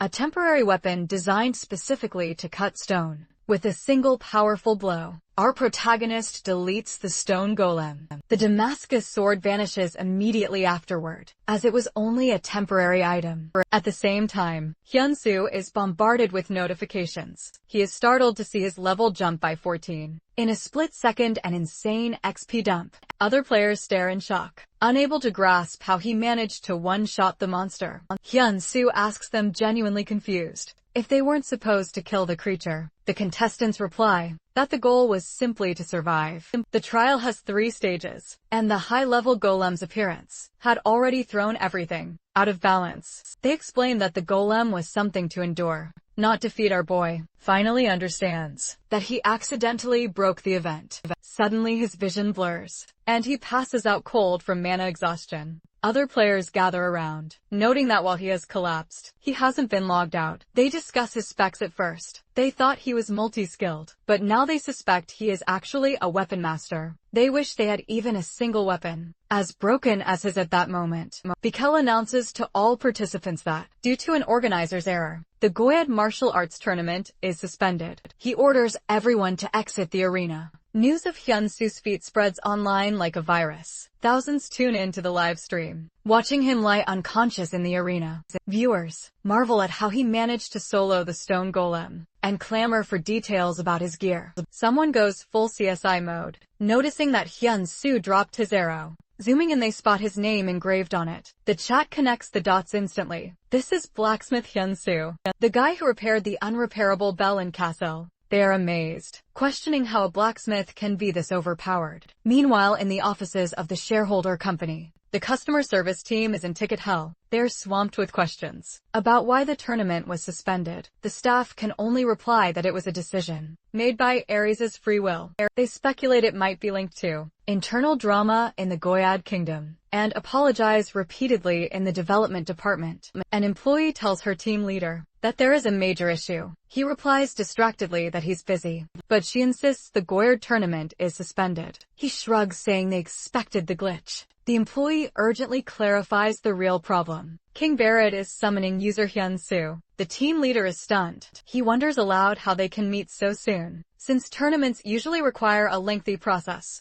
The employee confirms that Hyun-soo is already en route to the reception hall. The team leader realizes he is in for another all-nighter. He mutters that this user breaks all logic. His actions are simply unpredictable. He wonders what will happen if Hyun-soo completes Sword King Barrett's request and maximizes their affinity. He concludes that in that case, Junsu could master the Sword King's art and become the strongest blacksmith ever. The team leader notes that it won't be easy, as the decision rests on Barrett's AI, but his colleague has a hunch that our protagonist will succeed. This alarms the team leader, who tells her not to jinx it. Next day in the game, Hyun-soo is escorted to the throne room. He thinks that meeting Sword King Barrett so soon is unexpected. Hyun-soo kneels before the king, who addresses him as stranger. Sword King Barrett explains that normally, the prize would be presented before a crowd. However, due to the incident, he asks for understanding and keeping things low-key. He adds that by tomorrow everyone will recognize Hyun-soo's outstanding performance as a weapon master, but Hyun-soo suddenly stands up, interrupting the king. Our hero speaks directly to Barrett, stating he heard the king was looking for him. The royal guards lose it. They are outraged at such boldness, insisting this kind of arrogance cannot be tolerated, regardless of his achievements. They question how he dares to interrupt his majesty.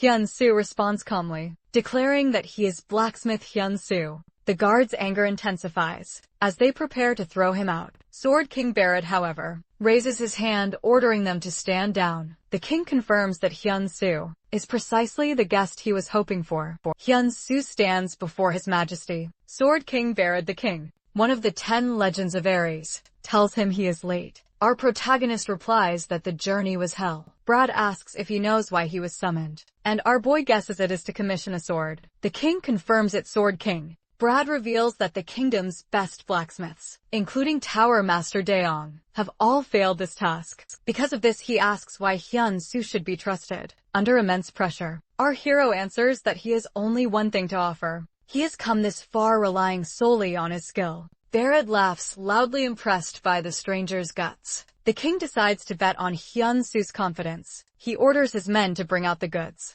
A glowing chest is placed before him. Inside rests 100-year-old cold iron, a rare ore that has absorbed extreme cold for a century. It grants both fire resistance and unique ice properties. Hyun-soo stares at the metal. It looks like something straight out of a martial arts novel. Sword King Barrett lays out his terms. He wants an epic grade or higher sword that radiates frost. The king promises that if he is satisfied, he will grant Hyun-soo whatever he wishes. However, he warns that if he is disappointed, our boy will be banned from the Goyad kingdom for life. A quest window pops up. The king's commission. The terms are simple but heavy. To pass, he needs the king's acknowledgement. The reward is massive. One wish granted by the Sword King. But the penalty for failure is brutal. Immediate expulsion. Our protagonist accepts the quest, assuring the king he won't let him down. Later, inside the blacksmith's workshop, Hyun-soo feels eyes burning into the back of his neck. Turning around, he notices a girl watching him like a hawk. She is Bella, vice captain of the Goyad Kingdom's Knights. Level 301. Although he knows he is a stranger here, our hero finds this supervision creepy. Yet he realizes their distrust makes sense. Bella instructs him to pretend she isn't there. With a sarcastic smile, Hyun-soo asks if his discomfort is that obvious. She answers bluntly yes. Bella silently questions what this kid thinks of himself. She remembers that His Highness has placed his final hope in this outsider, and she swears that failure is not an option. Our boy feels the pressure mounting. Suddenly, a doorbell rings inside the game interface. Hyun-soo is puzzled until he realizes it is an alert from the real world. Hyun-soo opens the door to his apartment and is surprised to see his landlady. She explains that she has decided to sell the house because her husband lost his job. They need to liquidate assets fast. She apologizes profusely. Hyun-soo tells her not to be sorry and asks for the timeline. She tells him he needs to vacate within 2 weeks. The lady feels embarrassed, but he assures her he lived well there. After she leaves, our protagonist repeats the deadline 2 weeks. He feels crushed. Even though he's earned decent coin in Aries, his expenses are drowning him. His father's hospital bills are in the millions, and buying back the burnt workshop cost him 330 million won. On top of that, he hasn't even started his own burn treatment. Our hero hits rock bottom, wondering where the hell he's going to go. At that moment, his phone rings. It's Nell. She asks what he is doing, saying she has a killer idea regarding the quest. Hyun-soo asks her to call back later, explaining that his head is a mess. Nell senses something is off and presses him. Our boy admits that while the quest is huge, he's getting kicked out of his house in 2 weeks. Nell, irritated, reminds him how crucial this quest is. She explains the stakes right now. The internet is debating whether the Goyard tournament champion and blacksmith Hyun-soo are the same person. She suggests he keeps quiet for now. When he finally reveals the truth, it will cause an absolute sensation. She emphasizes that he has a commission from Sword King Barad, one of the biggest NPCs in the game. Nell urges him to imagine the moment Barad reveals a new sword, engraved with Hyun-soo's name. That is the moment his value will skyrocket. That is why she's betting on him. Our hero thanks her. He admits she slapped some sense into him, and promises to grind his hardest. Hyun-soo returns to the game. He finds Bella shouting at him, clearly pissed. She demands to know why he is only returning now. Hyun-soo, confused, asks what happened. Bella drops a bomb. His Royal Highness Sword King Barad is trapped in the dragon's nest. Stunned, Hyun-soo asks exactly where the king is trapped. Bella looks at him as if he has 2 heads. She wonders how he can act surprised when he doesn't even know where the place is. Hyun-soo shrugs, saying he thought he should at least read the room. Bella tells him to cut the comedy because time is running out. She explains that Flame Nest is the general term for the fire-type monster region. Within it sits the Efreet Dungeon, a death trap from which no one, except His Majesty, has ever returned alive. Our protagonist is confused. He wonders why the king would enter a dungeon he has already cleared, especially since he doesn't have his new weapon yet. But Bella drops the truth. His Majesty's target of revenge is inside. The word revenge catches our boy off guard. He did not expect to hear something that heavy. Regarding the king, the scene shifts to the Flame Nest. Sword King Barad arrives struggling with his injuries. He stands before the dungeon gate, knowing that beyond it lies the real fight. The king realizes that even his current sword is trash against what is coming. He's relieved his men got out safely, but he knows reinforcements are at least 3 days away. Sword King Barad smiles bitterly. He thinks that perhaps he should have waited for the stranger to finish the sword. A sad memory flashes through his mind. He wishes his son Ban were still alive, realizing Ban would have been the same age as that young man. Hyun-soo, day his son died in his arms, replays in his mind. In the memory, Ban calls out to his father, bleeding out on the dungeon floor. Barad asks his son why he came to such a dangerous place. Without telling him, Ben explains that he thought conquering the dungeon would make him a son his father could be proud of. Ben realizes too late that he was too weak. Barad shouts that there was no need to apologize, begging him to hang on. But Ben whispers, "I'm sorry," once more. Before taking his last breath, the memory ends with the king holding his son's lifeless body, in total despair in the present. Sword King Barad makes his choice. Even though it would be safer to wait, he cannot let effort slip away. He has waited years for the monster to show its face, and is determined to finish it. With heavy steps, the king marches steadily toward the burning dungeon gate. Back in the workshop, Bella explains the stakes. Since the prince's death, His Majesty has tried every possible way to hunt Ifrit, but the monster has remained elusive. She adds that this might be His Majesty's last chance. Bella admits frankly that trusting a stranger like Hyun-soo is hard for her. But if His Majesty has entrusted this task to him, there must be a reason then. As a knight of the Goyad kingdom, Bella bows and begs our hero to save her king. A new emergency quest pops up, titled A Sword That Can Save the King. The requirements are straightforward, except Bella's request. The reward is increased trust, but the penalty for failure is absolute: the death of Sword King Barad. The mission objective is crystal clear: make a blade that can save him. Our protagonist thinks about Sword King Barad's tragic story. He remembers how he too lost almost everything in the flames of his own past. He wonders if he could have moved on, if he had lost his family the way the king did. With determination, Hyeonsu tells Bella that he is all in. He immediately begins working. Our boy strikes the metal with his hammer and dips it in water. He recalls the lore. If its heat can melt even unique grade weapons, like butter, he concludes that he must create a weapon that surpasses unique grade. Our hero decides to focus on the effect of the 100-year-old cold iron, aiming to amplify its unsolvable properties. As he works, a system window appears, stating that his understanding of the ore has deepened. Another message announces that the spirit of the blacksmith has been activated. The message explains that while making this blade, Hyeonsu has immersed himself in the work. More than anyone else's passion, determination, and empathy have brought him to a state of complete focus. He is in the zone as a result. The system announces that our protagonist's first legendary grade sword is being forged. A blinding light explodes from the workshop. Bella shields her eyes, wondering if it is finished. Hyun-soo stands there holding the glowing new sword. It pulses with a frigid aura that drops the room's temperature instantly. He declares that now it is time to save His Majesty. Meanwhile, in the flame nest, Sword King Barad screams in pain. As he takes a heavy hit, he falls to his knees, determined to end things today. The boss of the dungeon appears before him amidst the flames. It is Ifrit level 490. King Barad claims he has no idea how long he has waited for this showdown. He dashes forward, Ifrit roars, and the brawl between the king and the fire demon kicks off. Sword King Barad manages to tank Ifrit's attacks, but the monster's overwhelming power pushes him back. He is stunned to realize that Ifrit's sword is forged from pure flame. A brutal combo follows, leaving Barad open. Ifrit screams, unleashing a firestorm that forces the king to retreat. Laughing in his face, Barad kneels. Cursing his luck, he thinks it's game over, as if it winds up to deliver the final blow, hurling a massive spear at the fallen king. A giant icy sword intercepts the attack. Hyun-soo and Bella enter the chat just in time. Bella urges the king to use the new sword. Grasping the weapon, Sword King Barad sees a system window pop up, detailing the legendary sword. For Sword King Barad, the stats are absolutely broken.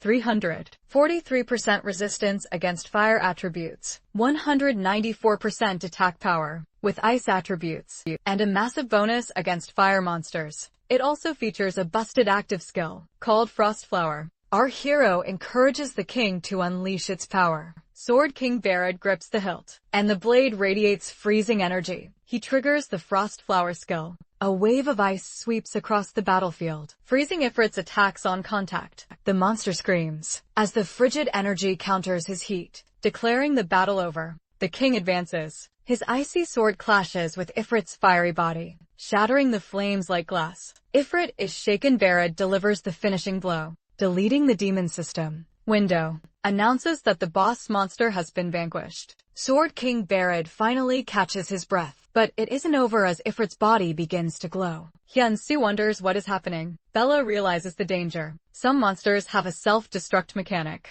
The ensuing explosion wrecks the dungeon, catching the king in the blast zone. Bella yells for him to escape, but Sword King Barad orders her back. Looking at a locket containing his son's picture, he decides to check out here. Though Bella wants to save His Majesty, she cannot disobey a direct command. She freezes in place. Our protagonist steps up. He conjures a flame-resistant shield with his skill and walks straight into the inferno. King tells him to turn back, but Hyun-soo refuses. He insists he came to leave with the king and isn't retreating. Our hero asks if the king's decision is because of the person in the locket. Barad confirms this, admitting his son is gone because of his own failure. He questions how he can even go on. Our boy drops some truth. He says that, while he will never truly know that specific grief, he almost lost a beloved family member himself, his father, who is now in a coma. Hyun-soo shares how he used to pray every day for his father to wake up, but now he is simply grateful the man is still alive. He assures the king that his son must feel the same way. Hyun-soo embraces the grieving father, telling him to let his son rest in peace. The king sees a vision of his smiling son and apologizes, realizing his mistake. Our protagonist softly tells him he must live, asking if he shouldn't strive to become a father his son could be proud of. King Barad agrees. He realizes he cannot become a shameful parent. Smiling, he tells Hyun-soo to go. Together they escape the collapsing flames. Bella rushes to them asking if His Majesty is alright. Hyun-soo assures her the king is safe, and says he will return soon. At that moment a system message announces that Hyun-soo's HP has hit 0. He is being forcibly logged out. Our hero reassures Bella that strangers do not die. Then he fades away in a burst of light, and Bella watches in shock as King Barad collapses into her arms. The king whispers that the boy saved him. Bella cries out his name as Barad passes out. With a peaceful smile, Hyun-soo wakes up in the real world. A system message informs him that, due to the forced logout penalty, his level has dropped by 1. As our boy looks at his bandaged hands, tears in his eyes, he swears to his father that he will keep moving forward. Meanwhile, deep in a coma, King Barad finds himself face to face with his son On, who is no longer of this world. They meet in a lush, green field that stretches endlessly. Suddenly a familiar voice calls out father. It is a sound he has yearned to hear for so long. The darkness surrounding Barad vanishes. He finds himself standing in the light, as Ban runs toward him smiling brightly. Moving forward slowly, Barad asks, hope filling his voice, if it is really his son. Ban gently assures him he is there, but explains he has come to say goodbye one last time. Hearing this, Brad's heart sinks. He cannot accept it. He clings tightly to Ban's hand, terrified he'll lose him again. In a trembling voice, the king asks what this last goodbye means. Ban softly reminds him of what his friend Hyun-soo said. He expresses his wish for his father's happiness, urging him to stop blaming himself and to live his life fully. As Ban finishes speaking, his body begins to dissolve into particles of light. Barad cries out his son's name in pain, but is powerless to stop the fade. Suddenly, the king wakes up, gasping for air and still calling Ban's name. His 2 loyal companions, who have been tending to him for 3 days, exclaim in shock. They rush to his side, anxious about his condition. Barad collects himself in a heavy voice. He tells them his son appeared in a dream to find peace. He declares that this miracle is thanks to that boy, and immediately orders his companions to summon Hyun-soo. Later, in a quiet room filled with sunlight, a guard announces Hyun-soo's arrival. Our protagonist enters, bows respectfully, and asks after the king's health. Brad assures him that he feels great, and invites him to sit. He reveals that he called Hyun-soo to discuss something important. Speaking seriously, the king acknowledges that outsiders like Hyun-soo are immortal, able to respond even after death. However, he insists that immortality does not erase the fear of dying. Pain is still pain. Looking directly at our boy, he asks why he risked his life to save him. Hyun-soo answers honestly. He explains that he saw the same burden and sorrow in the king's eyes that he carries himself. He sincerely wanted Barad to choose to live. The king contemplates these words, repeating a burden like me.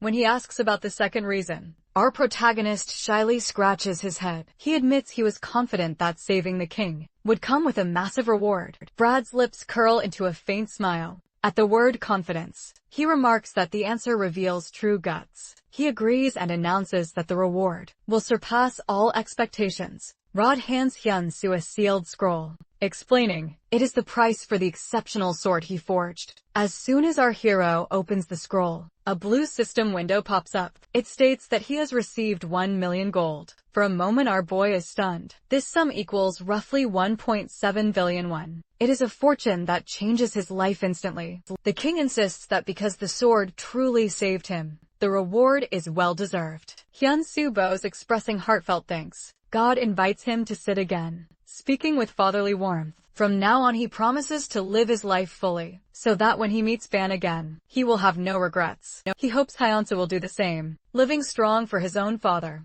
The king encourages our boy to keep visiting the palace, and Hyun-soo agrees, eagerly pleased. Brad says that Hyun-soo has given him new strength, and asks if he may consider him a close friend. At that moment a system message appears. Hyun-soo's affinity with King Barad has hit the maximum level, granting him the friend's blessing. Our protagonist realizes what an honor it is to befriend a legend. Grasping the king's hand, he expresses how meaningful this bond is. To mark their friendship, Barad drops a bomb. He declares his intention to teach him the family swordsmanship. Knight Commander Benson loses it. He questions how the king can pass on such precious martial arts to a stranger. The commander reminds him that Lord, the top ranker, has already been chosen as the successor and has begun training. He argues that only the worthy may learn the skill. The king responds calmly, that he is not giving this knowledge to just anyone, but to someone who has proven himself. A new skill quest called Sword King Swordsmanship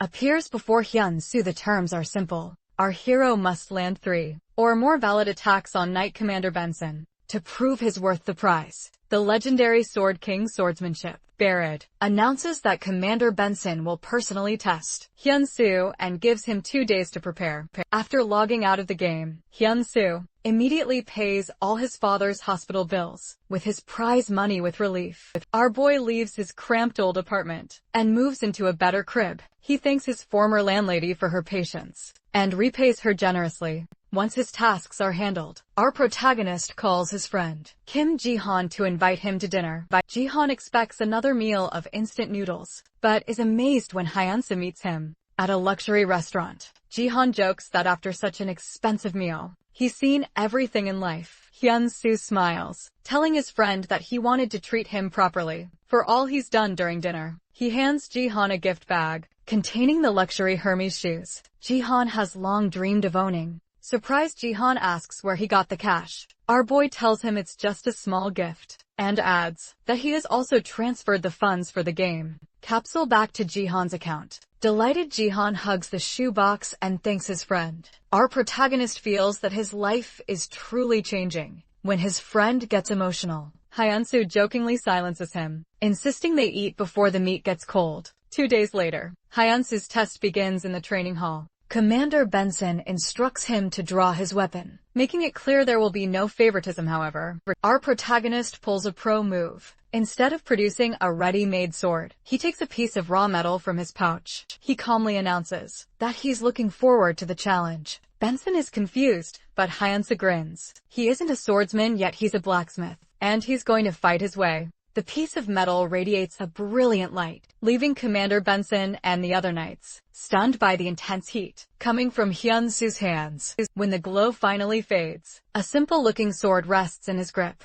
Benson quietly admits to himself that he expected something legendary, but all he sees is a glorified iron stick. The commander steps forward to attack. He mocks our boy, asking if he truly thinks he can defeat the kingdom's knight commander with such a plain weapon. Yet the moment their blades clash, Benson senses something is wrong. The durability of Hyun-soo's sword is critically low. Upon impact, the fragile blade explodes like a frag grenade. Countless fragments scatter through the air, flying like shrapnel, and slipping through the gaps in Benson's armor. They strike his body in dozens of places at once. He screams in both pain and surprise as the shards nick his skin. Fortunately, the commander escapes any fatal wounds, but the message is clear calmly. Hyun-soo explains the loophole. His task was to land valid attacks, not to win the duel outright. System messages pop up, confirming 59 successful hits on the commander in a single second. Our protagonist points out that the rules didn't forbid this fragmentation method. Shocked, Benson examines the scratches on his armor. He admits he never would have imagined such a cheesy but clever tactic. Addressing Hyun-soo as Lord, he asks for his true identity.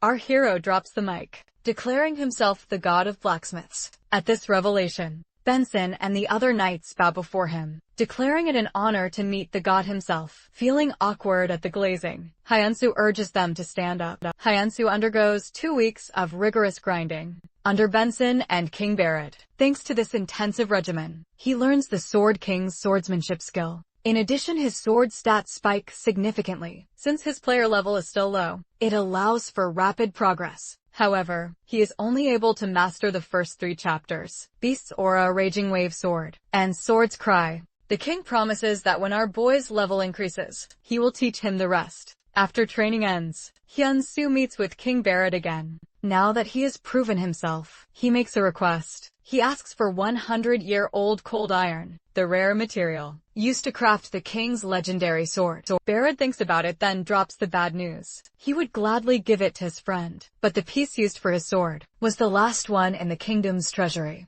Disappointed, our protagonist realizes his future crafting plans might be bricked. Seeing his expression, the king smiles and tells him not to lose hope. He reveals that more cold iron can be found at its original source. The dangerous frost mine. Barrett suggests that Hyun-soo go there to harvest it himself. Our hero wonders if he can solo such a perilous place. But the king resolves this by ordering his loyal companion, Bella, to tag along. Bella initially refuses, insisting her job is to protect the king. But Barrett assures her that this quest will help her grow stronger. Accepting the royal command, she prepares to travel with Hyun-soo. Soon after, the king publicly announces his victory over the Efreet tomb. Before a crowd of players and nobles, the community is impressed, praising Sword King Barrett as a true legend. Some sharp-eyed players, however, go full detective mode. They notice the magnificent sword he wields, exuding a unique icy aura. Using their evaluation skills, they discover the name Hyun-soo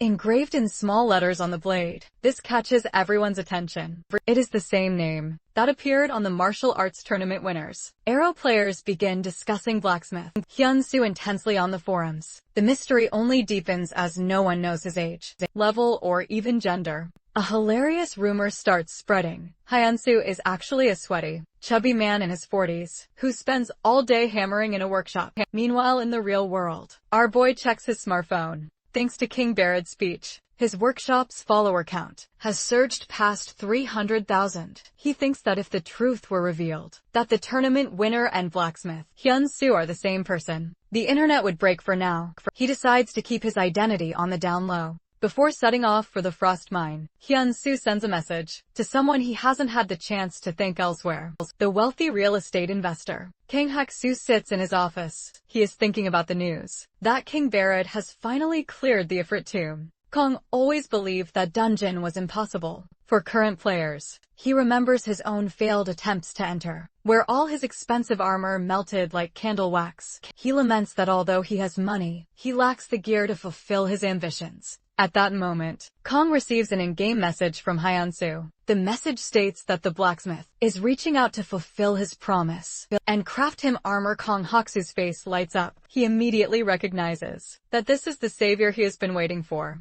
Kang Hak-soo pauses, trying to recall which promise Hyun-soo is talking about. Then it clicks. He remembers their earlier discussion in his office about an artifact. Kang quickly messages Hyun-soo to say he's ready to fulfill his end of the bargain. He asks if there are any changes to the specs, since he plans to submit the request soon. Privately, Kang Hak-soo wonders if the boy can actually make the piece he wants at his current level. Hyun-soo replies that the specs are locked in. The investor then asks about Hyun-soo's current level, and our protagonist responds that he's at level 59. Hearing this, Kang feels a sting of disappointment. For a crafter, those are rookie numbers. He ends the chat politely wishing Hyun-soo luck. Sitting back in his office, Kang Hak-soo sighs. He thinks that despite the low level, the kid has a bright future. A decent investment, perhaps. Just then, Kang's eyes catch a news article praising Hyun-soo, the blacksmith. The article states that this mysterious craftsman played a key role in King Barrett's victory over Efreet, as the king's weapon was made by him. Kang briefly considers sliding into the DMS of this famous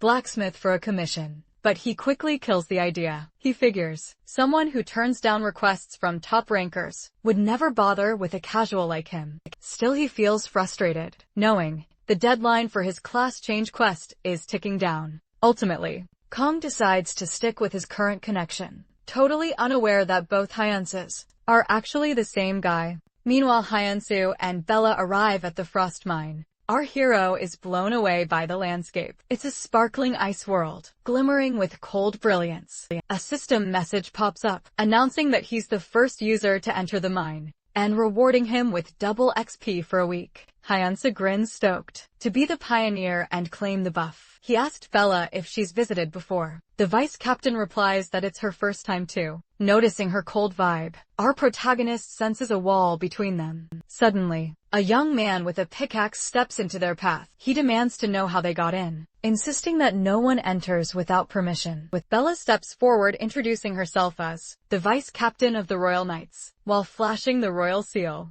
The young man, clearly shaken, introduces himself as Banya, a miner. Hyun-soo simply introduces himself as a blacksmith. Banya says he's glad to see strangers in such a lonely place, but explains that no one can enter the main mine without his father's approval. Concerned about a delay, Our hero listens as Banya suddenly smiles and offers to take them to meet his father, the chief of miners. On their way, Hyun-soo notices a massive, crystal-covered monster trapped behind a barrier. Banya explains the lore of the place is like a dungeon, where monsters once roamed freely, until a wizard sealed them inside the barrier. A decade ago, gazing at the monster, Hyun-soo asks if the crystals growing on it are 1,000-year-old. Cold iron. Banya confirms it, but warns him not to get greedy, as getting too close is a death sentence. Inside the barrier, monsters still lurk. Anyone can enter, but few come back alive. Though the miners suspect the best or lies inside, they prefer working safely outside. At last they arrive. Banya points out his father,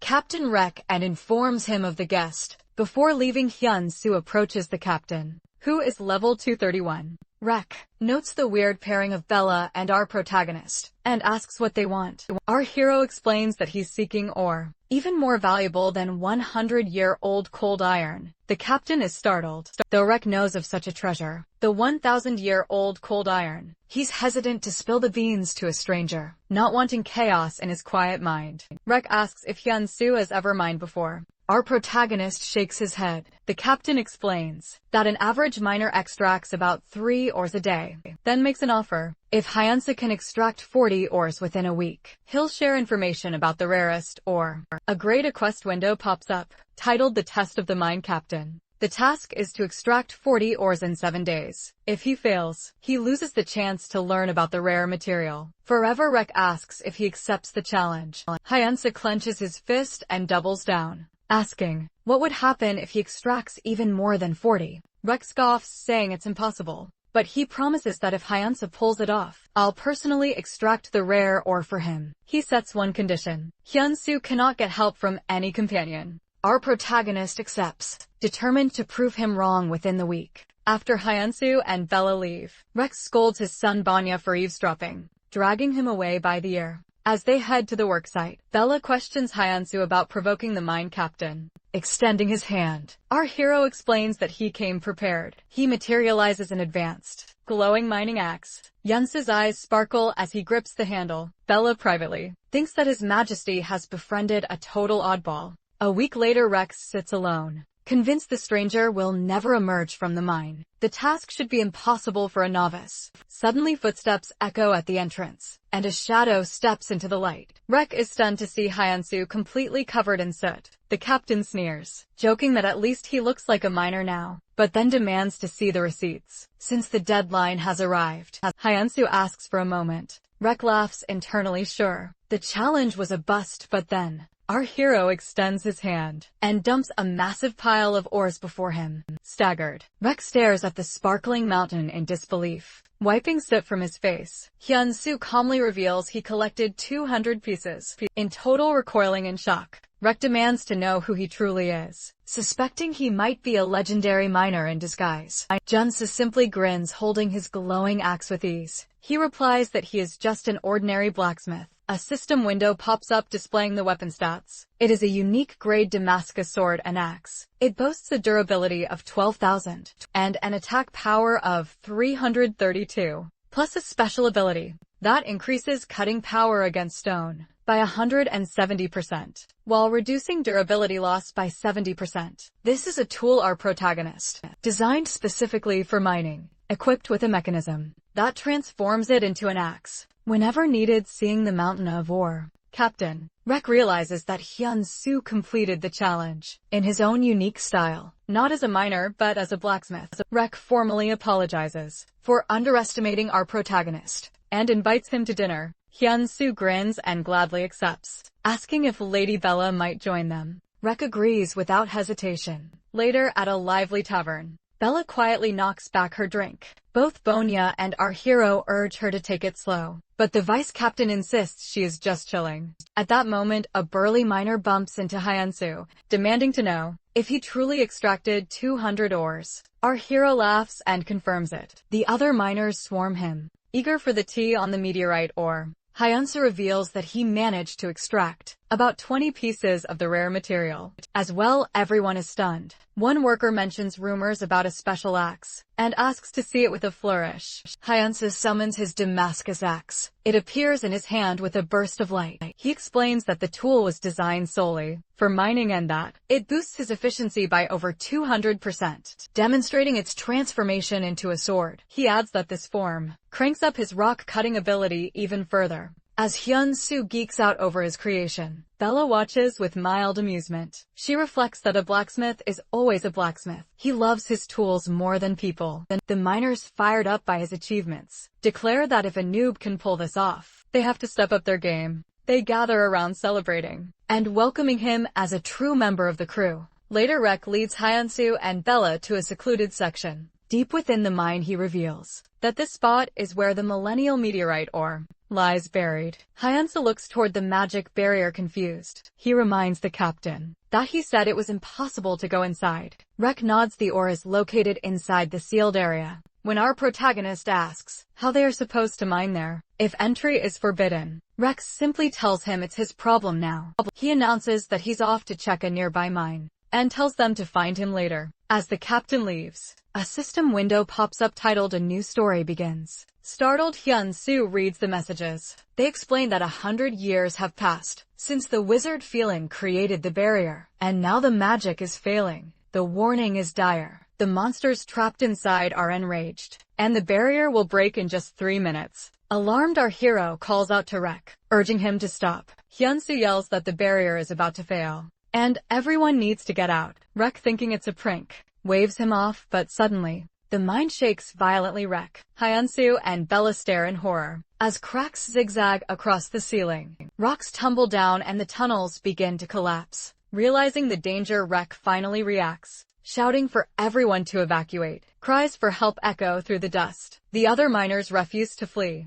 unwilling to leave their brothers behind. Rex grabs his axe, rallying the others to save their crew. Caught in the chaos, Hyunsu wonders what his next move should be. Suddenly, a new quest appears, an S-rank quest exclusive to him. For triggering this chapter, the penalty is brutal: the death of the miners. The objective is to save the 96 miners, whose lives are on the line, with rewards based on the survivor count. Grinding his teeth, our protagonist hates how the system treats these NPCs like mere stats to him. These people are real determined. Hyunsu summons his sword and tells Lady Bella to cover his back if he misses a monster. Bella, surprised, asks if he isn't afraid. Our hero smiles, reminding her that strangers' players do not die. He explains the plan. He will hold the dungeon entrance alone to prevent any monsters from reaching the upper levels. Standing before the crumbling barrier, Hyun-soo sees the enraged stone monsters through the cracks. He realizes his Damascus sword alone won't be enough against the horde. He decides to forge a new weapon on the spot to stop the monsters cold. He activates his emergency god crafting skill, pouring mana and a large quantity of ore into creating a great sword of cold iron.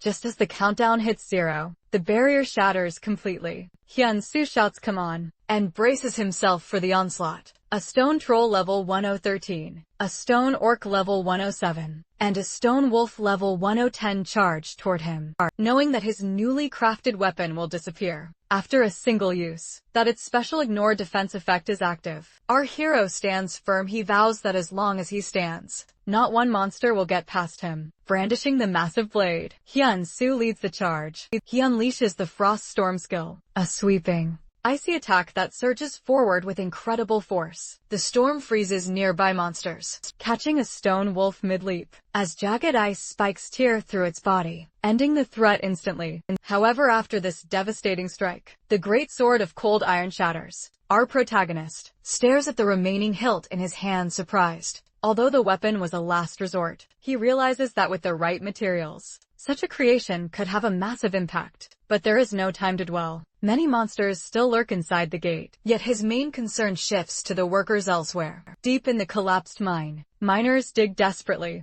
to rescue their trapped companions. Voices echo through the dust. Some urge others to keep digging, knowing the injured must be saved. Cries for help pierce the air, but the workers refuse to abandon anyone. Their resolve is unwavering. One miner calls out to reassure the trapped crew, urging them to hold on just a little longer. A system message appears stating that the reward will depend on the number of survivors. It prompts Hyun-soo to save the miners. Our hero watches the frantic rescue efforts and clenches his fist to him. These workers are no longer just numbers in a quest. They remind him of himself, risking everything to save his father. These people are sacrificing themselves for their loved ones just as he once did. With renewed determination, Hyun-soo stands before the dungeon entrance, now swarming with monsters. He resolves to protect the miners at any cost. Realizing that fighting near the workers is dangerous, he decides to draw aggro. He sprints toward a different section of the dungeon, shouting to get their attention. The plan works. A group of stone orcs and wolves break off to chase him. Once he has led them far from the others, our hero turns to face the horde. Drawing his Damascus sword, he dives into a fierce battle. He evades attacks with agility, landing precise blows and narrowly dodging a giant hammer that smashes the ground at his feet. With decisive strikes, Hyun-soo drops both a wolf and an orc in one motion. Another massive stone monster swings its hammer, but our protagonist slices the weapon in half before finishing the beast with a devastating blow. Suddenly surrounded by another wave of enemies, our hero smiles confidently. Now is the time to use his true skills. Grateful for everything he learned from the Sword King's swordsmanship, he activates the Raging Wave sword skill and charges into the fray. A storm of rapid slashes follows. His cuts turn into blue waves that rip through the monsters. The enemies fall one after another as he fights. A system message pops up, noting that the skill deals 10% extra damage, reaching 140% on vital points. He pauses briefly to catch his breath, realizing the technique is even more broken than he thought. After dispatching the last monster, Hyun-soo collapses exhausted among the corpses. As he catches his breath, system messages appear. One proclaims the mine dungeon has been cleared, while another announces the completion of the surprise quest, confirming that all 96 miners have been rescued. He has achieved exceptional results. A faint smile crosses his lips. He is relieved to know everyone is safe. However, a new system message quickly grabs his attention. It hints that by manipulating the situation, he can receive a huge reward from the mine captain. Our hero reads the message, puzzled by what it means to manipulate the situation. He rises slowly, supporting himself with his sword, while Hyun-soo believes that everyone's safety is reward enough. He can't ignore the possibility of an even greater prize. A sly glint appears in his eyes. An idea begins to form outside the collapsed mine. The wreck pulls an injured companion from the rubble. He stands before the survivors, announcing that they can finally rest. Everyone is safe. Relief and joy sweep through the miners as they embrace each other, hardly able to believe they made it. As the workers celebrate, Bella weaves among them, searching for Hyun-soo when she can't find him.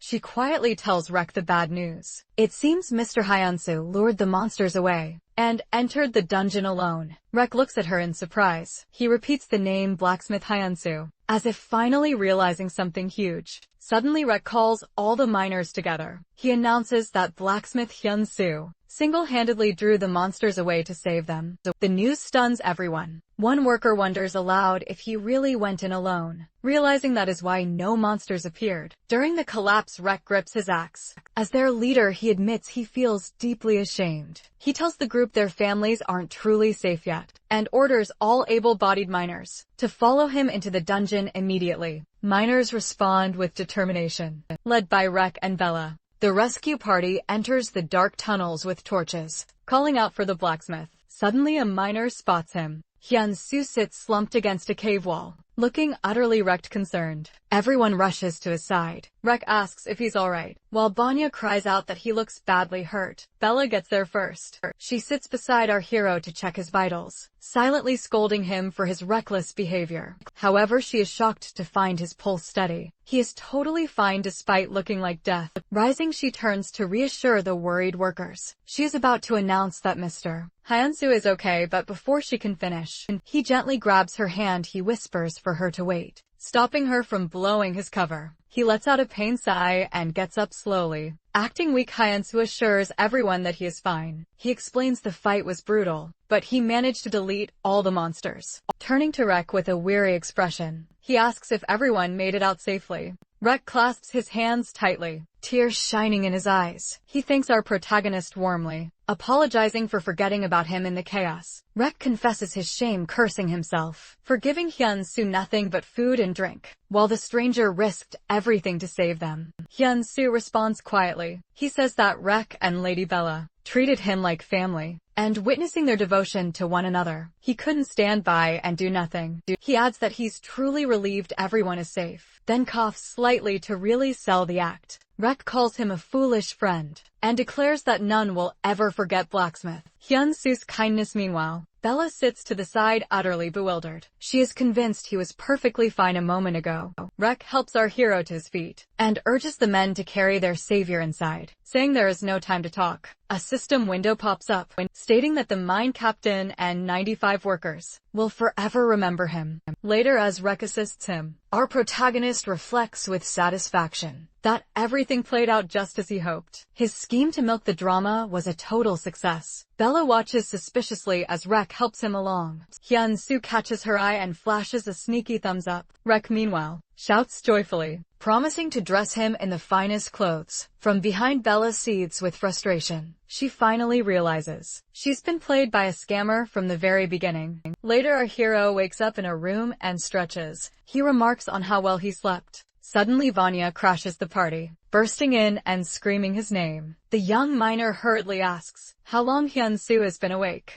then dashes out to inform the crew. Hyun-soo glances around in confusion, wondering just how long they've all been waiting for him. The mine captain rushes in next. He anxiously checks Hyun-soo's condition. Our boy assures him that he's fine, and asks about everyone else. Rek responds that all the miners are safe, but insists Hyun-soo should focus on resting. Then, recalling the earlier mention of leaving soon, Rek hesitates. He admits the timing isn't great, but says there's something huge he wants to share. Hyun-soo sits up intrigued, and encourages him to spill it. Rek turns to the door, inviting everyone inside. The miners pour in. Rek announces that today, they'll mine for Hyun-soo alone. Our protagonist is taken aback. He repeats the statement in disbelief. Rek explains that this is their way of repaying his kindness, since he risked his life for them. The miners promise to extract the millennial cold iron he's been searching for. Moved, Hyun-soo asks if they really mean it. Rek confirms. Hyun-soo smiles, saying he only did what was right, but gives thanks sincerely. Thinking that was all, Hyun-soo is surprised when Rek signals the others to give them space. He adds that there is one more matter. Rex suggests his son should speak for himself. Vanya, looking incredibly nervous, stammers before gathering his courage. He addresses Hyun-soo, correcting himself to savior. The young miner introduces himself formally, then bows deeply, and asks for permission to follow Hyun-soo, while Vanya remains kneeling. System messages pop up before our boy. They announce that worker Vanya swears eternal loyalty to Hyun-soo, noting his potential to become a legendary miner. The system offers the option to accept him as a follower. Our protagonist is stunned, repeating the word follower to himself. The scene shifts to the game company's VIP user management team. A female employee is in panic mode. She laments that all this is happening while her manager is away. She exclaims that player Hyun-soo has done it again. Staring at her screen in disbelief, she wonders how it's possible, since he's neither a guild leader nor a territory owner. Falling onto her desk and tearing her hair out, she realizes a legendary tier NPC wants to become his follower. She knows she's in for another long night. Back with Hyun-soo, he urges Vanya to stand, insisting he isn't that special. But Vanya refuses. He explains that he saw everything firsthand, how brilliantly our hero used the Damascus axe, and how courageously he sacrificed himself to save the miners. Vanya says this character compels him to respect Hyun-soo above all else. He promises to wield his pickaxe for our protagonist and mine for him forever, begging to be accepted as a servant. Looking at Vanya, Hyun-soo recognizes the sincerity in his words. When Vanya asks anxiously if he's being rejected due to a lack of skill, our boy quickly reassures him. He explains the issue isn't Vanya, but himself. He isn't qualified to lead anyone yet, because he lacks a base of operations. He asks Vanya for some time to establish a headquarters, and promises to send a messenger when the time comes. Vanya nods, eyes shining with hope. Hyun-soo smiles, inviting him to join officially when that day arrives. Vanya jumps up, thanking him warmly. A system message confirms that Hyunsu has accepted Banya as his follower. The young miner hugs him tightly. Another message announces that he can now view Banya's stats. A large info window opens. It reveals that Banya is an epic follower. At level 165, he boasts a remarkable mining power of 1,672 and possesses numerous passive and active skills, including detect rare minerals and tireless miner. The system describes him as destined to become the world's most exceptional miner, the future goat of mining, with outstanding growth potential. Hyunsu smiles, realizing he's gained a powerful new ally. Thanks to Banya's sincerity, eagerly Banya asks when they'll meet again, clarifying he doesn't mean to rush. Our hero reassures his new follower that it won't be long. Banya pledges that until then, he and the other miners will keep stockpiling resources. He requests that Hyunsu speak comfortably with them. Our boy agrees, promising to call Banya by name from now on. Rek watches the scene with a proud smile. Outside the mine, the miners gather by a glowing blue portal. System messages inform Hyunsu that he has obtained 45 iron and 51 cold iron. Rek approaches, revealing a massive pile of glowing blue ore. With an air of anticipation, he announces that this is millennial cold iron. Standing beside the enormous pile, Rek displays the item info window. It is millennial cold iron, unique grade. It requires a level 300 blacksmith or higher to process, and the difficulty is labeled extreme. This material offers incredible special effects, 91% fire resistance, upgrades ice skills to unique grade, plus 150% sharpness, and a 58% boost in skill attack power, and infinite durability. The description emphasizes that this iron, buried for 6,000 years, makes ordinary cold iron look like trash. Hyunsu gazes at the ore heap in awe. Bella leans over, whispering that he must feel proud of his accomplishment. He quickly asks her to keep it down, wary of how someone might misinterpret her words. Rek returns to express his profound gratitude. He admits he never dreamed of mining millennial cold iron in his lifetime and credits Hyunsu entirely. Our protagonist beams with confidence. Together with Bella, he moves toward the portal, thanking the miners for everything. The workers urge him to stay longer, assuring him he's always welcome. Just as they're about to leave, Banya runs after them, calling out tearfully. Hyunsu turns, saying he was just about to give the boy something. He presents his special Damascus axe to Banya inside. Our hero notes that this axe is programmed with a special feature. The more Banya mines with it, the more minerals Hyunsu automatically receives as rental fees. Banya is stunned to be handed the axe. Hyunsu once bragged about overwhelmed. He swears he'll follow him for life. Our protagonist nearly feels guilty about his hidden profit motive behind them. The miners continue their wild celebration. As they step through the portal, our boy reflects on Bella's earlier accusation of him being a scammer. Despite that, he risked his life for the miners and in the end, earned their trust before leaving. He turns to Bella. She quietly admits that what he did was actually a little cool. Hyunsu, surprised, asks if she really means it. She confirms it, making it clear she's talking to him. A few days later, the scene shifts to Salamander's den, a place alive with fire and a massive flaming portal. Inside Kong Haksu, the real estate investor sits in despair. He sighs, lamenting his luck. He has lost count of his failed attempts. Frustrated, Kong thinks even an 11th rank blacksmith couldn't craft the fire-resistant armor he needs. He spots a messenger bird approaching and assumes this dungeon raid has also failed. The bird lands in front of him. Suddenly, a system message announces that Hyunsu has sent him a gift. Kong repeats the name in surprise. He recalls that Hyunsu is still only level 59, so he assumes the gift won't be anything crazy, though he appreciates the gesture. Accepting it, he's shocked when the gift window opens. His eyes widen. He wonders if what he's seeing is even possible, or just a system error. Kong Haksu smashes the accept button. The item materializes in his hands, a custom-made shield from Hyunsu, gleaming with unique grade glass. On the screen, the shield stats pop up. Holding the artifact, Kong immediately recognizes our protagonist's insane talent. Noticing the design inspired by Medusa's hair, he realizes it's modeled after the Aegis, the legendary divine shield from mythology. It is a true masterpiece. Just then,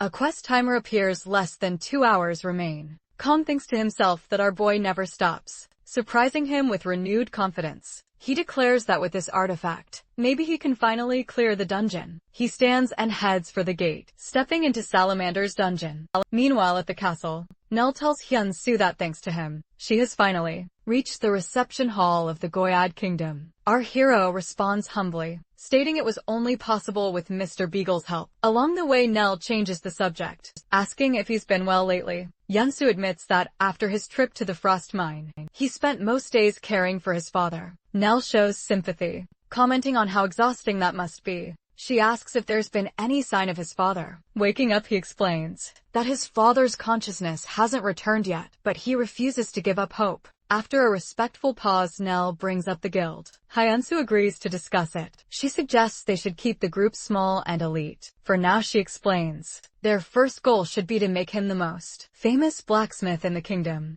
Nell argues that teaming up with much higher-level players too soon will only hinder their own goals. She insists that the fastest way for a guild to grow is to create a star, and that star will be him. She asks if he has anyone specific in mind. As a founding member, Hyun-soo mentions his friend Kim Ji-han, who first introduced him to the game, though he admits he hasn't gotten close to other users. Nell assures him they'll build those bonds together. Then he remembers someone else. He says there's one more person. She prompts him for a username. Hyun-soo realizes he doesn't know it. He explains the man never shared his in-game name, but is known as Mr. Kong in real life. Nell says she's never heard of him, and asks about his level. Hyun-soo admits he never asked about anything, except his job. Nell questions how he can recommend someone for the founding team. With so little info, our protagonist defends his choice. He explains that when he was at his lowest, Kong gave up his own benefits, so Hyun-soo could start over. He insists that Kong is someone he's deeply grateful to.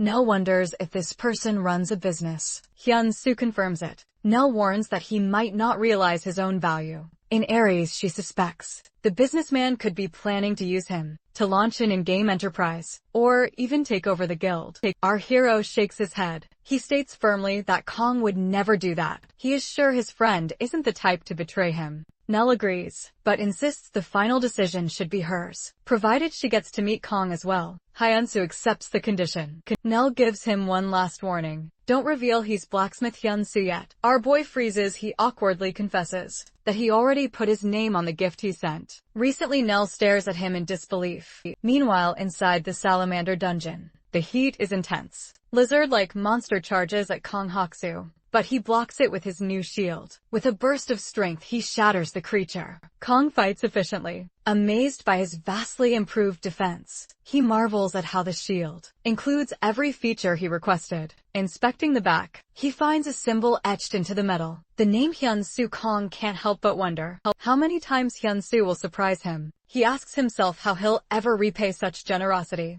Suddenly, a monstrous hand rises from the lava, swatting him across the chamber. Before him stands the Fire Queen, a massive flaming avatar. She gathers a fireball and hurls it at him, shaking the entire place as noxious fumes fill the air. When the smoke clears, Kong remains unharmed, protected by the artifact. The monster's voice booms through the chamber. She notes how interesting it is that he blocked her attack, and demands the name of the shield's forger. She launches a barrage of attacks, but Kong dodges and blocks each one. The Fire Queen threatens that if he refuses, she'll hunt not just his avatar, but his real self while dodging. Kong considers that if her true form hunts him, he might have to quit the game. Still, he resolves not to betray Hyun-soo. With determination, he leaps over the queen's head. She sneers, observing that he doesn't fear death, and swipes at him. The attack lands squarely on the shield. Kang thinks that his life isn't worth dying over. A secret yet a red warning flashes. The Fire Queen avatar has cast Death Hand. The devastating impact crushes Kang. The queen mocks him, asking if he's really willing to die. For a single artifact, Kang's HP drops to critical. He thinks to himself that this is no ordinary item. It's Hyun-soo's artifact. Suddenly, a golden message appears. The shield responds to his will. Kong shouts that this is a gift from his friend. Energy surges through the shield, driving the Fire Queen back in confusion. A spear of ice materializes in Kang's hand. He's achieved the hidden skill Frost of Aegis. Enraged, the queen gathers an enormous fireball and taunts him. Another red warning signals that she's preparing powerful magic. Kong hurls the ice spear with all his might. Leaping skyward, the queen doesn't react in time. The spear pierces her head, and she crumbles to ash. Kong Haksu has defeated the Fire Queen and cleared the Salamander dungeon, earning the Crimson Dragon armor. A system message confirms he has acquired a hidden piece and completed a secret trial. Breathing hard, he reads the message, announcing that despite being in danger, he refused to reveal his comrade's identity. He earns the title Growing Warrior. A story progression reward appears. Kang stares at it in disbelief, wondering if this is truly a hidden class promotion. A stream of notifications floods Kong Haksu's screen. Messages declare him a flawless attacker and announce his achievement of an epic class. The final notification states, he's been promoted to Growing Warrior. It is a class that can ascend to the 10th rank of legend, dedicated to protecting what's precious. By any means necessary. Kang is amazed. The class feels as if it were custom made for him. He realizes the dungeon was a hidden quest. As the environment dissolves, a screen notes he hasn't joined a guild yet, and recommends several. Kong decides he has a lot to discuss with Hyun-soo. Later, Kong walks into the inn, decked out in his new armor, drawing surprised looks from the crowd. Our protagonist calls out to his boss.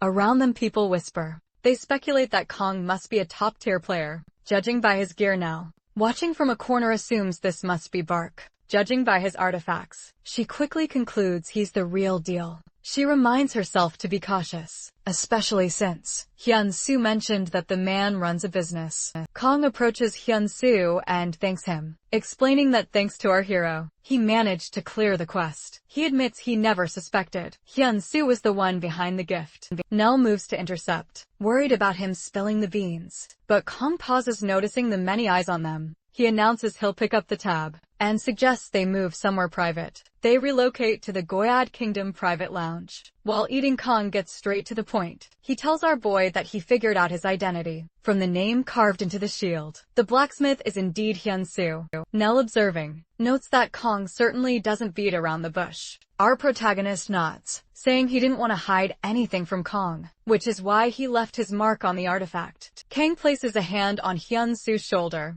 He confesses that he already suspected the truth when Hyun-soo offered to buy back the forge. Now, after everything, he realizes just how powerful our hero really is. Kang adds that during his quest, when others wanted the artifact, he told them it was a gift from a friend. Our boy thanks him. Kong assures Hyun-soo that since he values his privacy, he'll take the secret to the grave. Witnessing this genuine bond, Nell feels a twinge of regret for her earlier suspicions. She apologizes for the late introduction. Presenting herself as Nell, Hyun-soo's manager, she admits she misjudged Kong. Kang is surprised by her formality. Nell explains she was worried he might try to exploit our protagonist, knowing they were business partners. Kong laughs. He admits she's not entirely wrong. There are people who'd take advantage of someone like Hyun-soo. He reveals he'd thought about forming a guild, but never wanted to profit from their partnership. Seeing that Hyun-soo already has trustworthy people by his side is enough for him. Our protagonist then invites Kang to join his guild. Kang is surprised.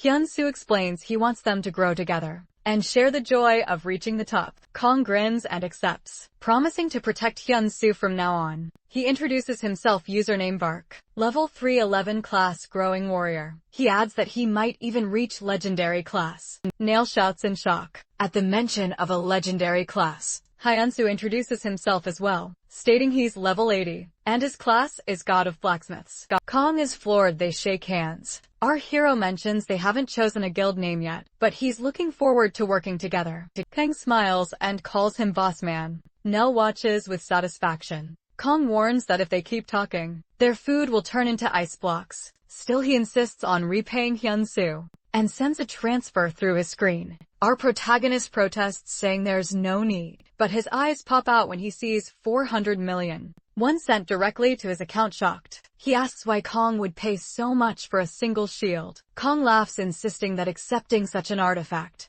without compensation would be robbery. He quickly changes the subject, asking about guild plans. Nell jumps in, explaining that her first priority is to make blacksmith Hyun-soo famous. Kang immediately recognizes the strategy and calls it smart. He asks for the details. Nell shares that they'll feature the hottest, most scandal-free, and most handsome user on a live broadcast, none other than Hyun-soo. Our boy asks if she really just called him handsome. He wonders if the broadcast is a prank, but their expressions make it clear they are dead serious. He thinks to himself that this could be a problem. After Aries went global, Purium Corp began working with broadcasters, flooding TV and online platforms with Aries content. Among them, AJ Internet Broadcast Station once led the ratings by streaming live and game content. Inside the station, employees are in chaos. One notes falling ratings, while the other explains that's why he brought in a special guest. He reveals that blacksmith Hyun-soo declined to appear in person, but agreed to respond through the martial arts tournament champion. He adds it might be their last chance to save the show. They scramble to prepare for the broadcast. Comments start pouring in as users eagerly anticipate the show. Viewers joke about the legendary Room of Truth, where avatars appear as their real-world selves. Broadcast begins. Host MC Tumps welcomes everyone back and announces today's guest, the martial arts tournament champion. He promises viewers a real treat. Comments explode with excitement. MC Tumps, in the station's usual high-energy style, skips the intro and immediately invites Mr. Hyun-soo to enter the Room of Truth. Then Hyun-soo appears. The chat erupts, but not as anyone expects. Question marks fill the screen from confused users. Even our protagonist feels something's off. He asks Mr. Tumps if the chat is broken. Suddenly the comments shift to pure thirst. Viewers declare he's hot, claiming his looks are driving them crazy. Seeing the flood of remarks, our boy blushes, stammering in embarrassment. One commenter, Rowan, asks when the blacksmith will appear. He even donates 500,000 won for the question. Hyun-soo stares at the screen, baffled. The comments soon reveal that Rowan is none other than Korea's #1 Forge Master Kilma. Hyun-soo can't help but think it's all pretty wild. The story rewinds to the past. A few days earlier, inside the Black Anvil Smithy conference room, four high-ranking members sit around a table. Sylvia, a guild member, breaks the silence. She asks who this blacksmith Hyun is, and why they had to call an emergency meeting during their busiest season. Docs, another member, asks if she's been living under a rock. He explains that this blacksmith is the hottest topic in Aries. Right now the guy reached stardom after crafting a sword for Sword. King Bharat Vaughn chimes in, arguing that the Black Anvil Guild doesn't need to feel threatened by a single user. Docs counters, suggesting it wouldn't hurt to be careful. He proposes they recruit him before his fame explodes further. Finally, the Guildmaster Rowan speaks up. He states that he has heard their opinions regarding blacksmith Hyun, but he will only make a decision after seeing the man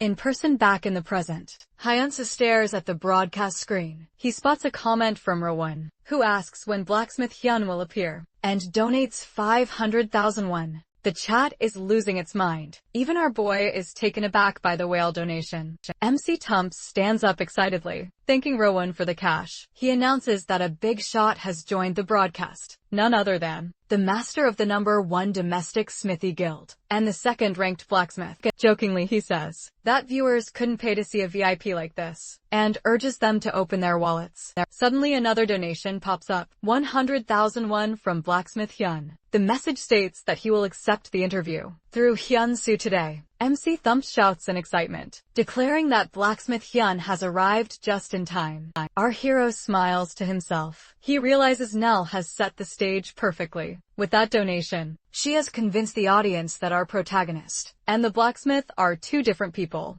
MC Thumps shifts back to the main topic and asks our boy to introduce himself properly. Hyun-soo answers that he is 23 and currently grinding games full-time. When the host asks about a girlfriend, he admits it would be nice to have one. The chat immediately floods with donations from users volunteering as tribute, riding the hype. MC Tumps drops into a dramatic tone to ask questions about the mysterious blacksmith. He inquires about blacksmith Hyun's job. Our protagonist remembers Nell's advice to keep up the act. He pretends he's speaking to Hyun via an earpiece, pressing a hand to his ear. He pretends to listen, then relays the answer. The man is a blacksmith, but his age is a secret. When asked about height and weight, Hyun-soo listens to the imaginary voice and reports that both are classified. The comment section gets salty, complaining that everything is a secret. Speculation about the stats begins. MC Thumps whispers frantically to our hero, worried the broadcast might flop. Sensing the mood, our boy realizes he needs to switch gears to keep the audience hooked.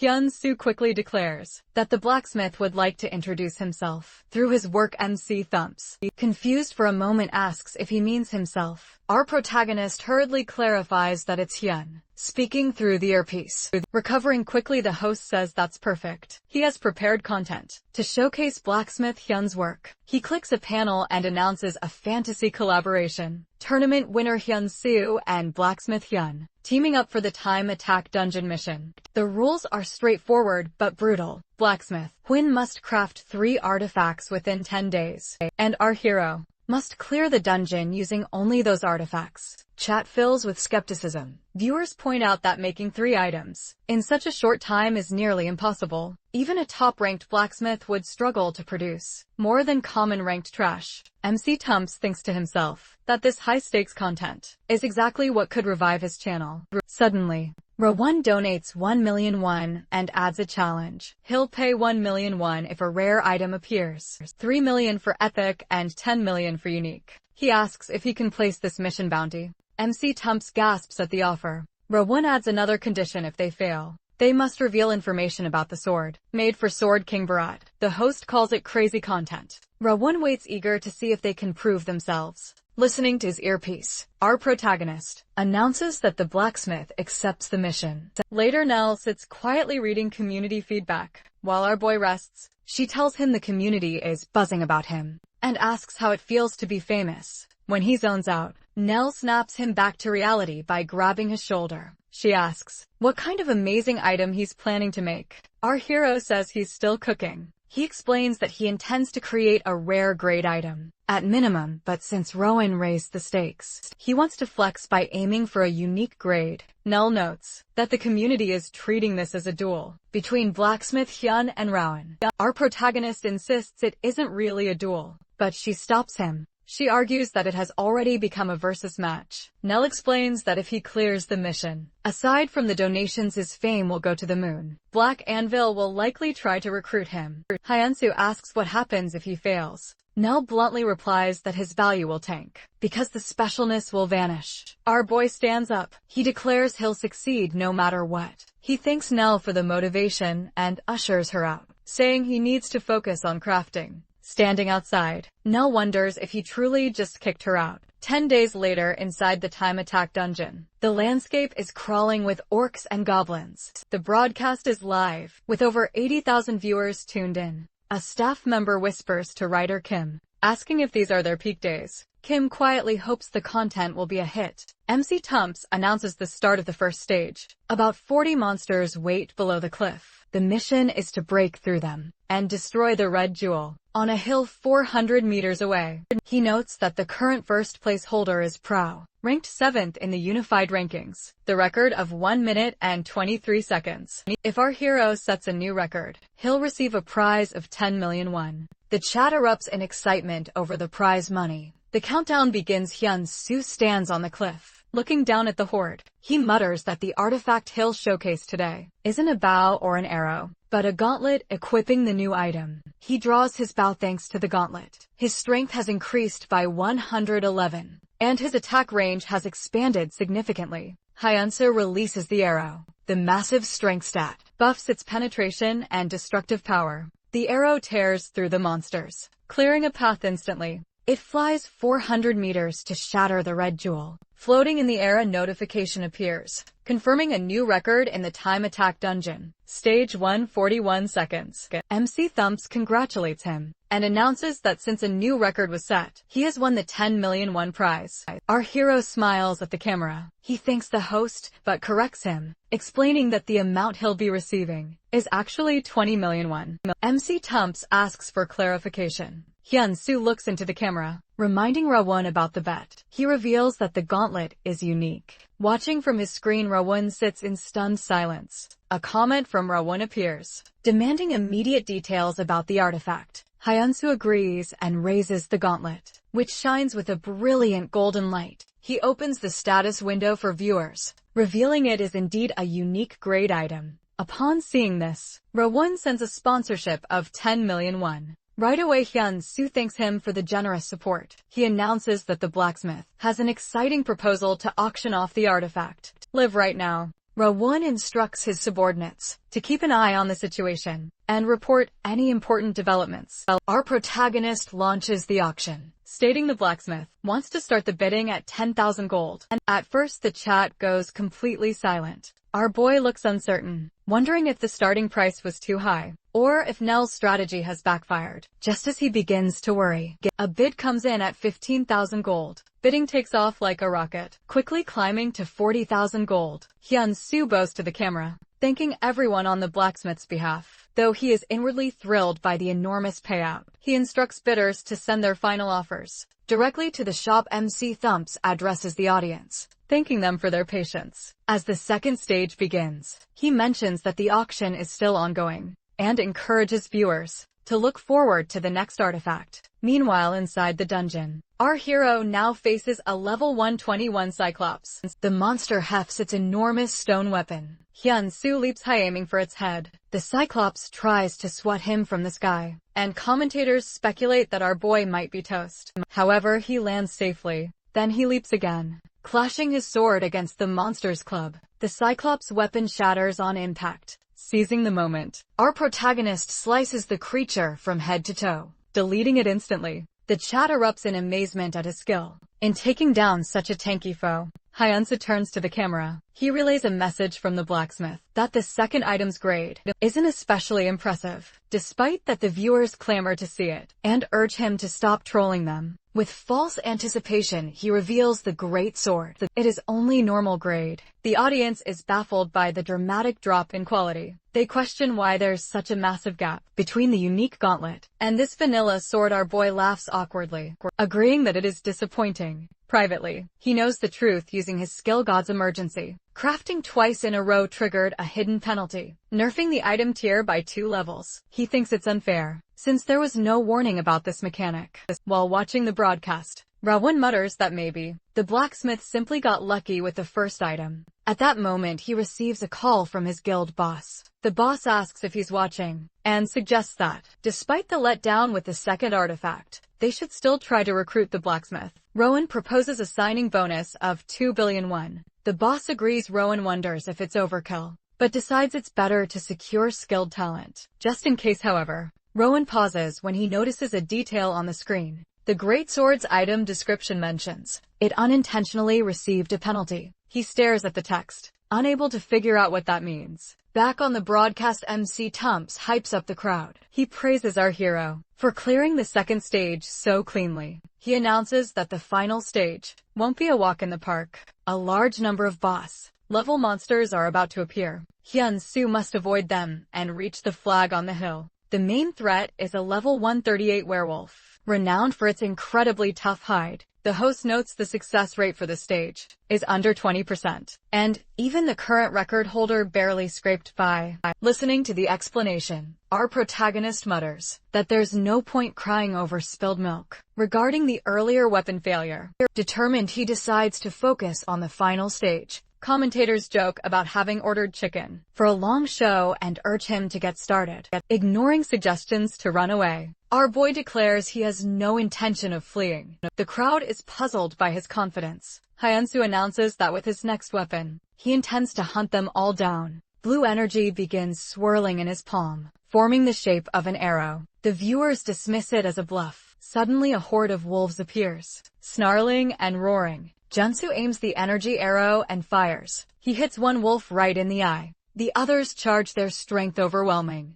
but the arrow detonates in a massive blast, wiping the entire pack off the map. Satisfied, our hero nods, glad that this item was crafted correctly. The chat explodes. They demand to know what just happened and beg for the stats on the weapon. Hyun-soo introduces the third item. He explains that it's the 1,000-pound bow, crafted in the style of the legendary bow, said to have shot down the sun and moon. In Jeju Island mythology, Jeju Island exists as a folktale, shared by the father of Hyun-soo. During the protagonist's childhood, the legend states that centuries ago, The world possessed 2 suns and 2 moons, plunging the world into total disorder. To resolve this Sobiel wine, the king of the upper world reached out to his elder brother, Debiel Wang, who reigned as the king of the underworld. To fulfill his brother's dream, the elder brother came to this world and used the 1,000-gun vow to bring down 1 sun and 1 moon. That story made Hyun-soo more curious about the vow itself, rather than the brothers in that moment. He thought of making the weapon himself and shared this ambition with his father.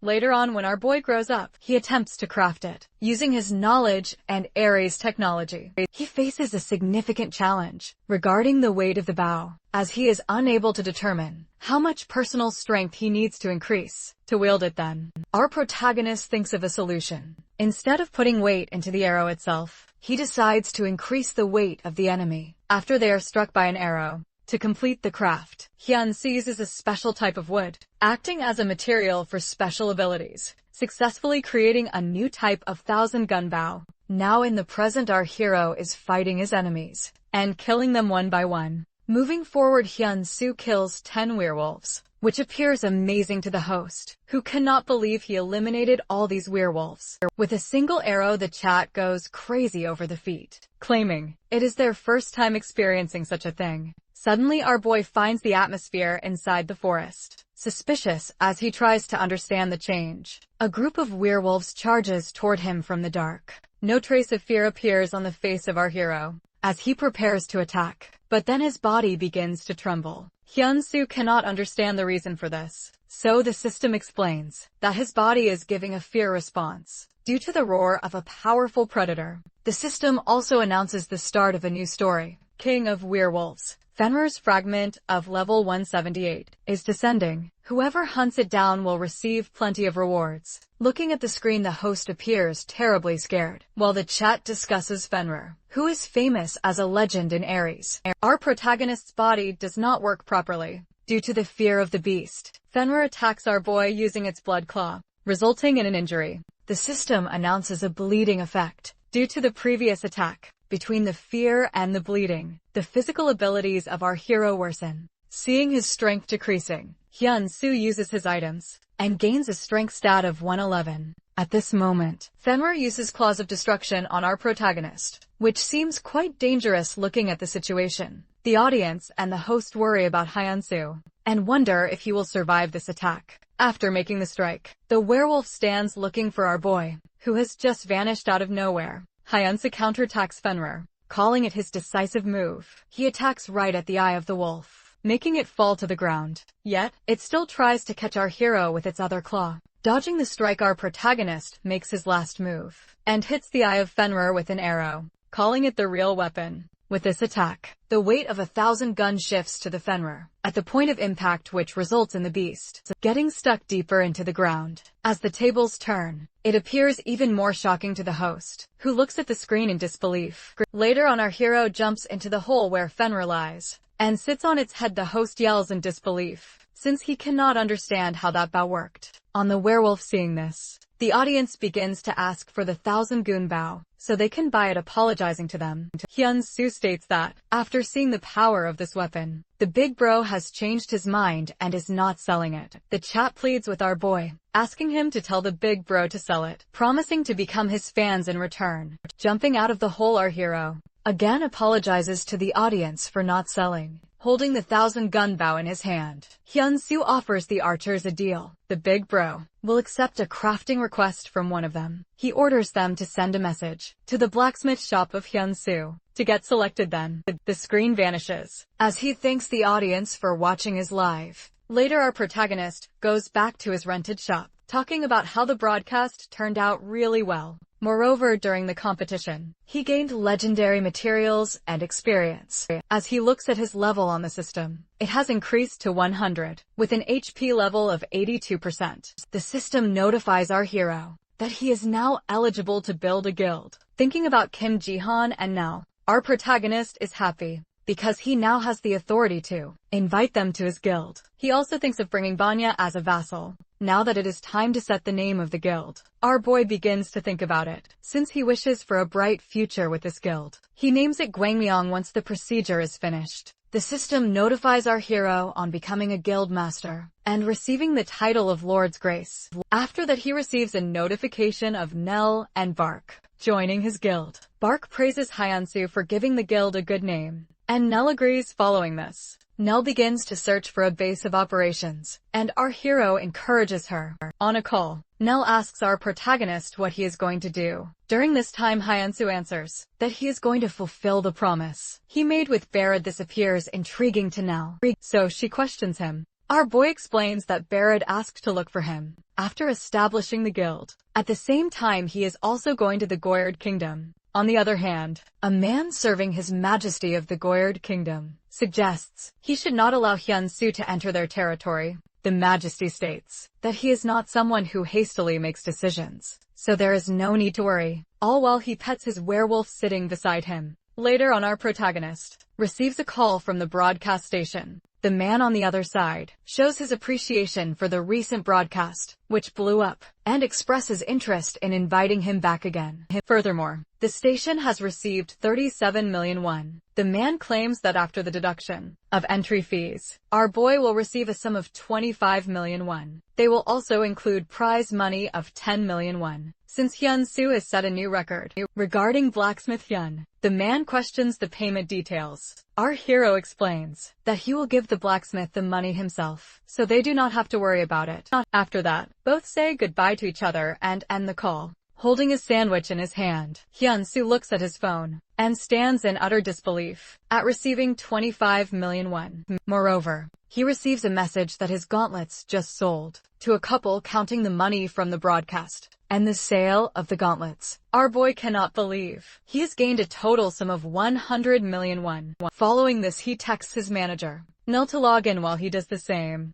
After some time, our protagonist appears in the intermediate zone, town square, standing among the crowd. He hears Nell, who comes running toward him and shouting his name. She reports that Black Anvil has offered a blank check to recruit him, while Hyun's Forge has increased to around 400,000 subscribers. Furthermore, they have reached 49th place in the Korean blacksmith rankings. Shaking our boy hard in her excitement, she questions whether Hyunsu is even listening to her. Nervously laughing, our protagonist states that the credit goes to her, since she is the one who led them. Nell realizes she is getting overexcited and apologizes, then questions his preparation, since she knows he is going to the Goyard Kingdom. Assuring her, Hyunsu explains that he has made thorough preparations. He describes how he created new items using the damaged equipment he received earlier, which might help him gain trust. During the meeting with Barrett, even Nell agrees with the plan and discusses the hidden quest. Hearing this, our hero sincerely praises her for always taking care of him. At his words, she begins to blush and looks at the face of our protagonist for a while without saying anything. This makes Hyunsu wonder if there is something on his face, and though Nell is embarrassed, she denies it immediately. Moving on, she reports that she still has not found a base of operations for the guild, but will try her best and report back once she finds one. With a gentle smile, our boy thanks her for her help. Meanwhile, in the Goyard Kingdom, Barrett is petting one of his wolves. Marquis Valo, the true power of the Goyard Kingdom, questions if this is his new hobby. Barrett answers while looking at the white wolf, explaining they're a gift he received after clearing a dungeon. Hearing this, the Marquis again congratulates His Majesty and begins to discuss the situation regarding allowing Hyunsu to enter their territory. He argues that our protagonist is an average blacksmith and an outsider. Barrett states that Hyunsu is the reason he is alive today, so the Marquis should not object to his arrival. Although the Marquis is about to speak on the traditions of the kingdom, Barrett realizes one of his wolves seems scared. At that moment, a servant reports the arrival of Hyunsu. The moment our hero enters, the Marquis becomes too stunned to speak. After sensing his aura, he remains in disbelief that a mere blacksmith possesses such an aura, while our boy walks toward Barrett and greets him. After that, both sit next to each other at a table drinking tea. The white wolf of Brad hides behind his chair, while the helmet of our protagonist lies on the table. Looking at the change in our boy, Brad points at the helmet and questions if it is the cause. Praising the Majesty, Hyunsu explains that this is Fenrir's helmet and cloak. Regarding its abilities, he notes that it not only boosts stats, but also grants the dignity of a wolf. Intrigued, Barrett questions if he made it. Staying humble, Our protagonist explains that he simply repaired it, without making many changes. Moving to the side and looking at the wolf behind Barrett, which looks terrified, our hero notes that the equipment seems to be working properly. As Barrett comforts his wolf, Hyun-soo questions why he was summoned. Looking out of the window, Brad begins to tell our boy about Ballas, a kingdom of blacksmiths. Though the people there once lived with joy, the place is now in major chaos. This instability is affecting neighboring territories and causing conflicts among the nobles. Brad explains that, although he sent many talented people to recover Ballas, they all ran away without explaining why. Brad claims that, after meeting our boy and seeing the sword he crafted, he became confident that our hero has the capability to help Ballas. The system displays all the information about this quest, and Hyun-soo begins to think about it, showing that he still has second thoughts. He finally admits that he has no experience in reconstructing a village. As Barrett stares at him blankly, our protagonist adds that he is, nevertheless, eager to help the blacksmiths and their village. At night, our boy stands in the territory of Ballas, along with Nell and Kim Ji-han. Nell remarks on how the shops are closed, even though blacksmiths live there. Looking around, Ji-han finds no people, which appears suspicious to him. Even Hyun-soo thinks things look worse than expected. Noticing a place with lights on, Nell suggests going there. They enter the building, which is covered in spider webs, and call out to see if anyone lives there. Just as they're about to be certain it is empty, they hear a noise from behind a door. The three of them stare at the door as an old man appears, coughing and holding a lantern in his hand. The aged and frail man questions their identity and the reason for them being there. Our hero apologizes to the old man for entering his house without permission, and explains that Prince Barrett sent them to this village. The old man's next question is whether he is from the End-Roll Merchant Guild. Though Hyun-soo is not familiar with this guild, he shows the official decree of Barrett to him. From the other side, it is silent for a while, so our protagonist pushes the decree towards the door, saying that they can wait for his answer. After that, the three of them begin to wait for him, while standing a little away from the door. A moment later, the man walks out of the door. As all his suspicions get clear, the old man claims that something like this hasn't happened in a while. Here, moving forward, he introduces himself as Para, who is the Lord's personal blacksmith.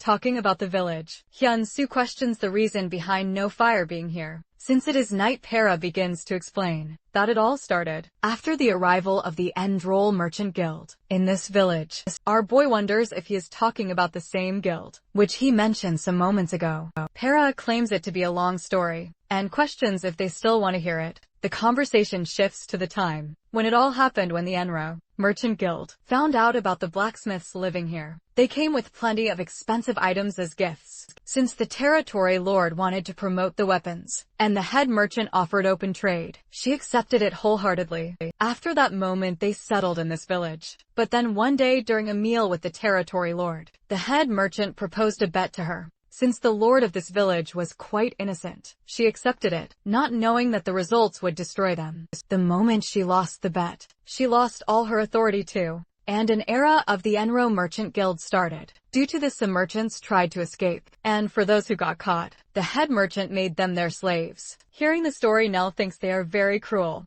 Looking at the pictures, Hyun-soo thinks to himself that there is no way to forgive them due to their cruelty towards these people. After hearing it, Hyun-soo questions if Para also worked under this guild. Para answers that he is an escapee, because when the lord lost everything, she made him run away with a promise that one day he would definitely take it back and help the blacksmiths too. Meanwhile, Kim Ji-han speaks up because he thinks that Para has the ability to win back the wager, since the lord trusted him. Looking down, the old man remains silent for a while, and then begins to talk about Boksu, an examiner of the End-Roll Merchant Guild, whose personality is disgraceful, but who is truly skillful, so he will catch him someday. Standing up from the chair, while fear takes over his face, Para claims that he is too tired to run away from them anymore. Walking away, he thanks them for listening to him, and also suggests going away before the End-Roll Merchant Guild comes here. Our hero stands up, and while putting his hand on his heart out of respect, shows his eagerness to help him.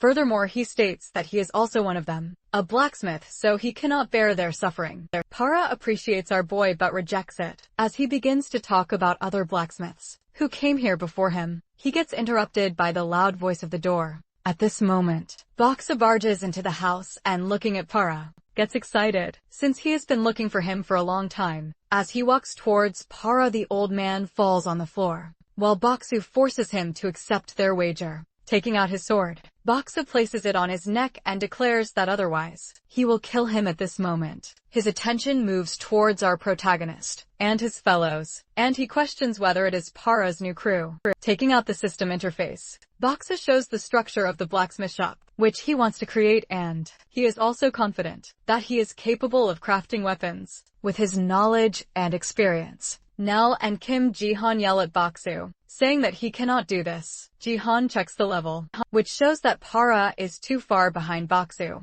After that, Boxa challenges Para to defeat him, because that is his only way to survive. As the assessment begins, Boxu only writes one condition, that the loser must fulfill the terms, and asks Para to write his conditions too. Terrified and hopeless, Para makes the condition of giving the wager back to the territory lord, and the blacksmiths moving on. Boxu begins to yell at him, since he spent a lot of time finding Para. Then he yells at the old man to pick up his hammer, with the bet that the winner will get the wager. As Para is about to enter the gaming field, our protagonist stops him by his arm. But Para thanks our hero and goes inside the box, where he is going to make a sword. Though he is terrified, he is also determined to make the best sword. Later on, he looks at Boxu's sword, which is no doubt a real masterpiece, so Para can see his defeat right in front of his eyes. Losing his hope, he is getting terrified for his death. But then the picture of his place and the Lord comes to his mind, while our boy begins to encourage him from the outside. Our protagonist also advises him about keeping the temperature high, while looking at the color of the flame, because with the rise of the temperature, his chances of winning will increase too. At this moment, the system notifies Para that he is receiving help from a master blacksmith, which it is referring to as Hyunsu. Para becomes quite shocked as he realizes it. On the other side of the screen, one of the researchers yells at Hyunsu for helping Para. He claims that he has given all his effort to design the NPC Boxu. Now the old man is getting help from our protagonist. Hearing this, a female researcher questions him about Boxu, because she does not think of the NPC this highly. The researcher, filled with anxiety, tells her that he is the continent's future 11th legend. Moreover, this researcher is planning to make him a villain, because having only good legends on the continent does not appear quite appealing. The female researcher turns towards the lead researcher, Leader Kim, and questions if there is any problem with this. Thinking about it, he advises the team to watch them for the moment. Meanwhile, our protagonist keeps encouraging Para, helping him in creating the sword by ensuring the pressure remains, even while polishing the blade. After working on the sword for a while, both blacksmiths stand in front of each other with their completed weapons. The system announces that Para has made an artifact, which is quite close to a legend. Hearing this, both Nell and Jihan get shocked, while Jihan also thinks that Para was only capable of doing it with the help of Hyunsu. Otherwise, Boxu is quite skillful. As the system announces the victory of Para, since he surpassed Boxu, the examiner gets completely shocked. Admiring the sword, the old man cannot believe that he was able to create such a thing before his death. Since the old man won this evaluation, it means that the Lord has regained her territory, and the freedom of all the blacksmiths is restored. Throwing his sword on the floor, Boxu admits his defeat, but then, walking towards our boy, and taking out his original sword, he challenges him for an evaluation. As for our protagonist, he seems quite confused about it. On the other hand, the researchers are getting anxious about why Boxu is doing this. Running towards Leader Kim, the researcher inquires what might happen, because he certainly knows that Boxu is not as good compared to our hero. Leader Kim denies any chance of success, because there is no way that Boxu can win against the god of blacksmiths. Hearing this, the researcher questions if Hyunsu would let him go, but Leader Kim and the female researcher think that he would never do something like this. Now looking at the screen, the researcher appears quite worried for Boxu. Meanwhile, Leader Kim claims that Hyunsu is not a person whom they can judge easily. Thus, Boxu should not have declared this challenge. As Boxu challenges our boy, while his sword is in his hand, Hyunsu thinks to himself that this sword is quite good. Moving on, Boxu gives his condition, which is cutting off the arm of our protagonist, and in return, Hyunsu demands his sword as a winning condition, while he thinks to himself that he must teach Boxu a lesson. This time the evaluation is based on speed crafting, which means that they will do the crafting within a few seconds, using their speed knowledge and experience actually. Baksu is looking down at Hyunsu and thinks that he must not be familiar with it. As the evaluation begins, both begin to work on their crafting, while Baksu thinks that he can definitely win this time, because he is underestimating our hero. At this moment, a bright light coming from the side of our hero blurs out his eyes the moment it fades away. The system announces the completion of the legendary Guardian Sword, while Baksu could only make a unique grade sword right after our boy, since he again lost the evaluation. He has lost his authority over his sword too. The system therefore transfers it from the hand of Baksu to the hand of Hyunsu. Now he is looking at our boy in anger, while Hyunsu claims that he cannot overpower anyone from now on. Then he begins to walk toward Baksu, saying that he must pay for his crimes, while Baksu himself falls on the floor, putting the sword on Baksu. Our hero orders him to spit out all his crimes. Terrified and a bit angry, he begins explaining that he demanded a tax of 70% from the blacksmiths, and those who could not pay their taxes, he made them slaves. Hearing this, Hyunsu questions if he imprisoned the lord too. To answer him, Baksu claims that he did this in order to gain profit. Meanwhile, Para yells that whatever he did was unfair to them. Moving forward, Hyunsu inquires about the wealth, which Baksu claims that he hid in the basement of the guild building. After hearing this, our protagonist questions if he is hiding anything else, to which Baksu answers that there is nothing. But then he picks up the sword lying beside him, claiming that he cannot lose like this, and attacks our hero. Seeing this, Hyunsu makes an attack which results in the sword flying out of the hand of Baksu. Moving on, our hero punches him right in the face. After that, he picks up his sword and cuts off his right arm. As the blood drips out of his shoulder, Hyunsu states that it is not much compared to his crimes, but he is not someone who can decide his fate. After that, he approaches Para and apologizes to him for the situation, and also assures him that Baksu will never be able to treat him like this again. He asks Para to suggest the punishment for Baksu, but he thinks of asking the Lord, who is still in the prison. While Jihan and Nell are busy trying to tie up Baksu, who keeps attempting to run away, Hyunsu discusses the whereabouts of the Lord with Para. The old man states that she must be kept inside the castle, so our hero respectfully asks him to bring her there, so they can finally decide on a punishment. Hearing this, Para begins to thank our protagonist repeatedly for his intervention. Meanwhile, inside the castle, the Lord sits alone in the prison, with her head down between her knees. Although she hears a noise, she tells herself that no one can possibly come there. At this moment, Para appears in front of her cell and begins to open the lock. Looking at him, the Lord becomes confused and tells him to run away immediately, because she is terrified of what Baksu might do. As he successfully opens the lock, he asks her to come with him. Walking out, she questions what is happening,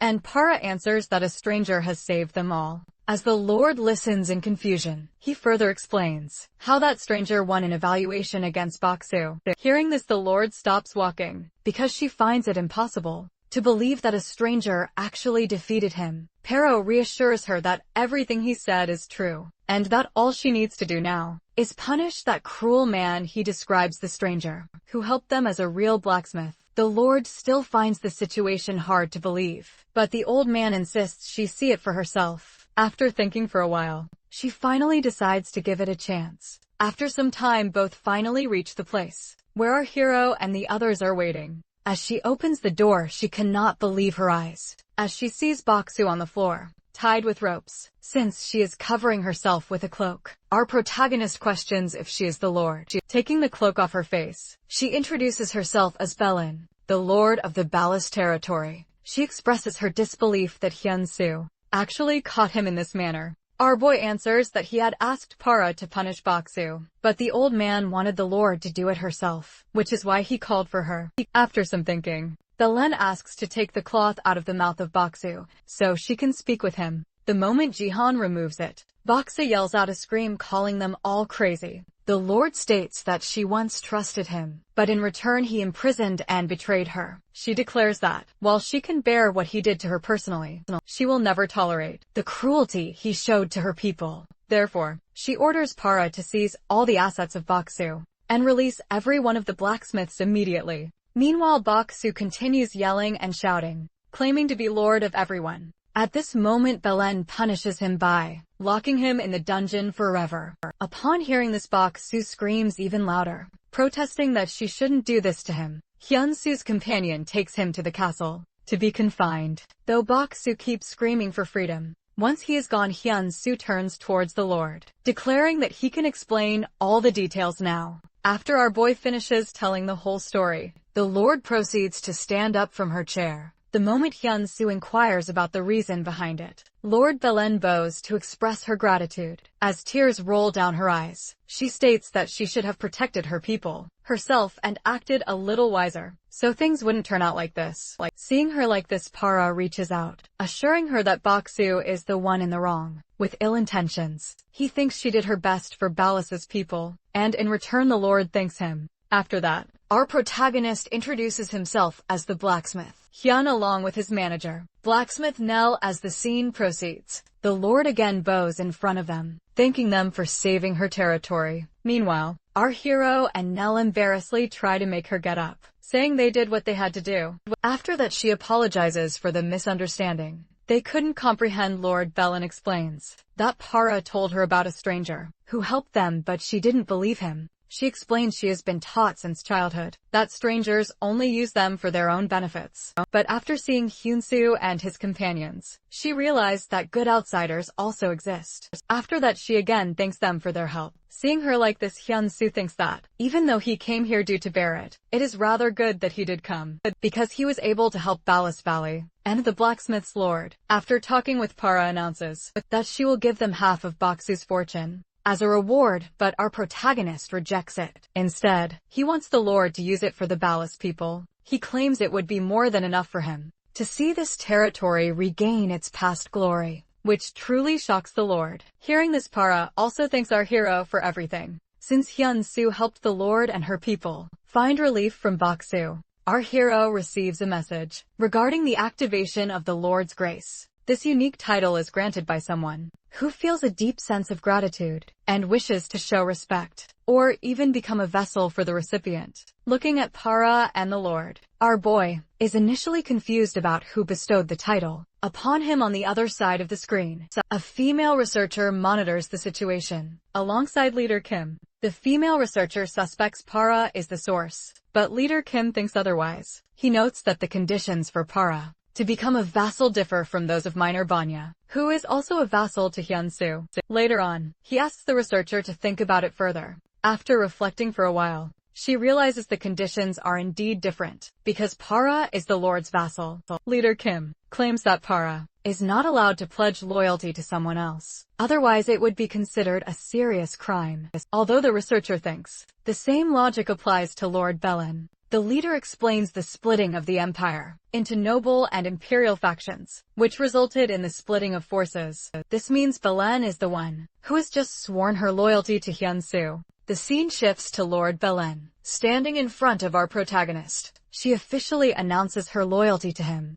Initially, Hyunsu thought Para had activated the grace, so it is confusing to see a lord doing this instead. He gestures to Nell, asking her what is happening, but it seems she is just as confused as our hero. Since the Lord is still bowing in front of our boy, he walks towards her to understand what she means by that gesture. The Lord states she felt his genuine desire to help her people. But then Hyunsu reaches out his hand, asking her to stand up first so they can talk about it. Holding his hand, Lord Belen stands up, while saying that although he is an outsider to them, she is sure he will reach even higher places. This is the sole reason she decided to stand with him. Ellen shows her desire to grow, along with our protagonist. Meanwhile, Nell stands behind Hyunsu, poking him as a gesture to accept the offer. Our boy continues to bow towards her as he accepts her. Belen first shows her appreciation to our hero, and proceeds to ask another question, wondering what he is planning to do, since he is already here putting his hand on his heart.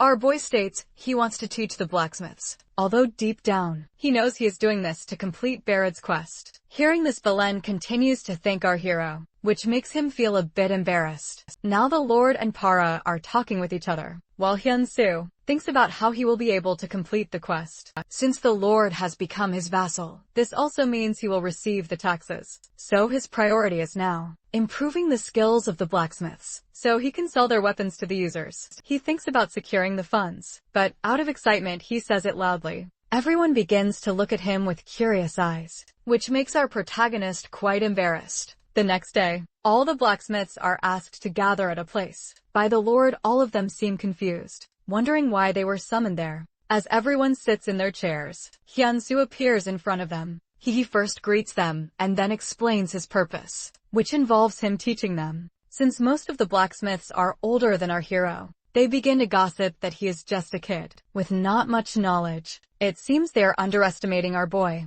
and cannot digest the fact that an outsider is going to teach them. Ignoring them, our hero continues to demonstrate his work in front of them. Some of them do not pay much attention, thinking it is just a waste of time. But then an older blacksmith present there suggests they give him a chance, to which everyone agrees. The day has fallen into night, but Hyun-soo is still working without a break, which shocks everyone in the room. As they are thinking of stopping him, our protagonist finally stops himself while cleaning the epic grade sword in his hand. Seeing this, a blacksmith walks towards our hero and asks if he can teach him. Our boy explains that one must strike the sword with constant force and angle because this is as important as the shaping. He further explains that heating the sword in the fire is quite important because otherwise the sword will break easily. Now all the blacksmiths have gathered around our hero, asking different questions and apologizing for what they said earlier. One of them asks if he will teach them something other than swords, and an answer. Hyun-soo agrees. 2 weeks have passed, and all the blacksmiths seem quite tired by the past week's struggles. Moving on, our protagonist announces that their training has ended. Hearing this, everyone gets really excited. So, our hero questions if they did not like his teachings. Blacksmiths explain that it was simply rather exhausting for them. Afterwards, everyone proceeds to apologize to our boy for doubting him earlier because he taught them a lot. And so Hyun-soo thanks them in return. He also thanks them for their hard work and advises them to work hard from now on. While shaking their leader's hand, he advises them to sell new weapons and prove that they have changed. After some time, a man appears in Ballas and gets really excited over seeing a sword, which he thinks he made out of Zletube material. Picking it up, he cannot believe that the sword is a rare grade one. Upon realizing the quality, he proceeds to ask about the price of the sword. When the shop owner says its price is gold, a visible shock appears on the man's face. Out of disbelief, the man questions the reason behind selling such swords so cheaply. The blacksmith explains that these types of swords are considered just average. In their place, the outsider cannot believe that this blade is merely an average grade item. Laughing about it, the blacksmith explains that a man helped them to make such high-quality swords. Referring to Hyun-soo, hearing this, the outsider inquires about the whereabouts of that man. The blacksmith doesn't tell him, claiming it would be rather rude to reveal his location without permission. Strangely, this makes the outsider become even more curious about our hero, as he thinks maybe our protagonist is just a common NPC. He proceeds to check other shops, but finds high-quality weapons all around. He even finds epic-grade items in a normal blacksmith shop, which is even more shocking for him. The outsider thinks of becoming viral by using this as an opportunity and proceeds to start a live stream. He first introduces himself by saying that he is standing in the Ballas Valley. The people watching his stream inquire about him coming live at this time. So the streamer explains he wants to show them something really amazing, while boasting that they should really visit this place. The scene shifts to our boy, who just woke up from his sleep, since he had not been able to sleep for 2 weeks. He then proceeds to check the time, because he has a meeting with Ji-hoon. At this instance, he receives a call from Nell, who begins to shout right after he picks up, telling him he should check the community boards. Since Hyun-soo does not know what she is talking about, he asks her to explain. Nell tells him about a famous streamer who visited the Ballas Valley and talked about the artifacts on his stream. Soon that stream went viral. and now a lot of people are rushing toward Ballas, while others are asking about the man behind these events. Moreover, even the blacksmiths, who had left the Ballas Valley, are now returning. Hearing this, our hero gets really excited, as he becomes sure that his quest completion rate is going to be high now. After some time, our protagonist is sitting with Ji-hoon in a restaurant. While Ji-hoon is enjoying the food, Hyun-soo asks about his work, worrying if things are going well. Filling his mouth with food, Ji-hoon advises him to ask the questions one by one. Ji-hoon says that although the work is going well, it seems like things are going to get tough, because there is going to be a new quest update. Hearing about it, our hero questions if he has joined any guild. The moment Ji-hoon answers in the negative, our protagonist offers him a spot in his guild. Picking up a glass, Ji-hoon states that even though this idea is good, he is not familiar with all these things, and asks for some time to think about it. After hearing this though, our hero seems sad. He has no other option and agrees with Ji-hoon. Looking at his mood, Ji-hoon tries to change it by saying he is not rejecting the offer. But then, Hyun-soo pushes meat into his friend's mouth and says they should focus on eating now. Then the scene shifts toward a hospital, in a room where our boy's father is lying unconscious. While Hyun-soo sits near him, he talks about his life with his father, telling him about his good friend and comrades, and also about an adult who is like a father figure to him. While holding his father's hand, our protagonist asks his father not to worry anymore, since their good days have finally arrived.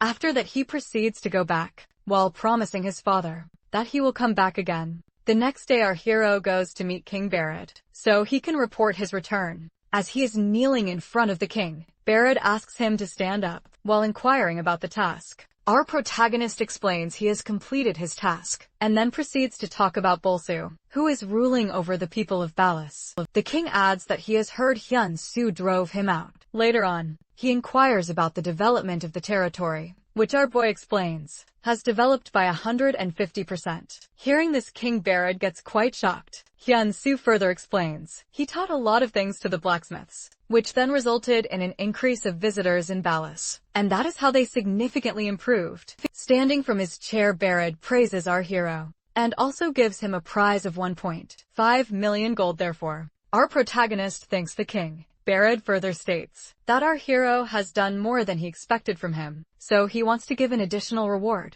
Meanwhile, our boy seems quite confused about it. Brad announces his wish to set up a personal forge for Hyun-soo within the Goyard Kingdom. The system notifies our hero that he now has an opportunity to establish a base in this kingdom. Barrett believes that because our protagonist helped the people of Ballas to such a great extent, he deserves a permanent place here. However, Hyun-soo tries to deny the offer. This causes Barrett to question if the refusal is because their territory is considered rather small. Luckily, Hyun-soo denies this, explaining that he only wishes for the growth of the Ballas Valley. King Barrett initially struggles to understand this selfless stance, so our hero clarifies his reasoning. If his identity as a master blacksmith is revealed, people will flock to his personal forge instead of visiting Ballas. Hearing this, Barrett thinks to himself that our boy possesses the true qualities of a monarch. Even though he agrees with the decision, the king tells our protagonist to inform him anytime if he finds a territory he likes.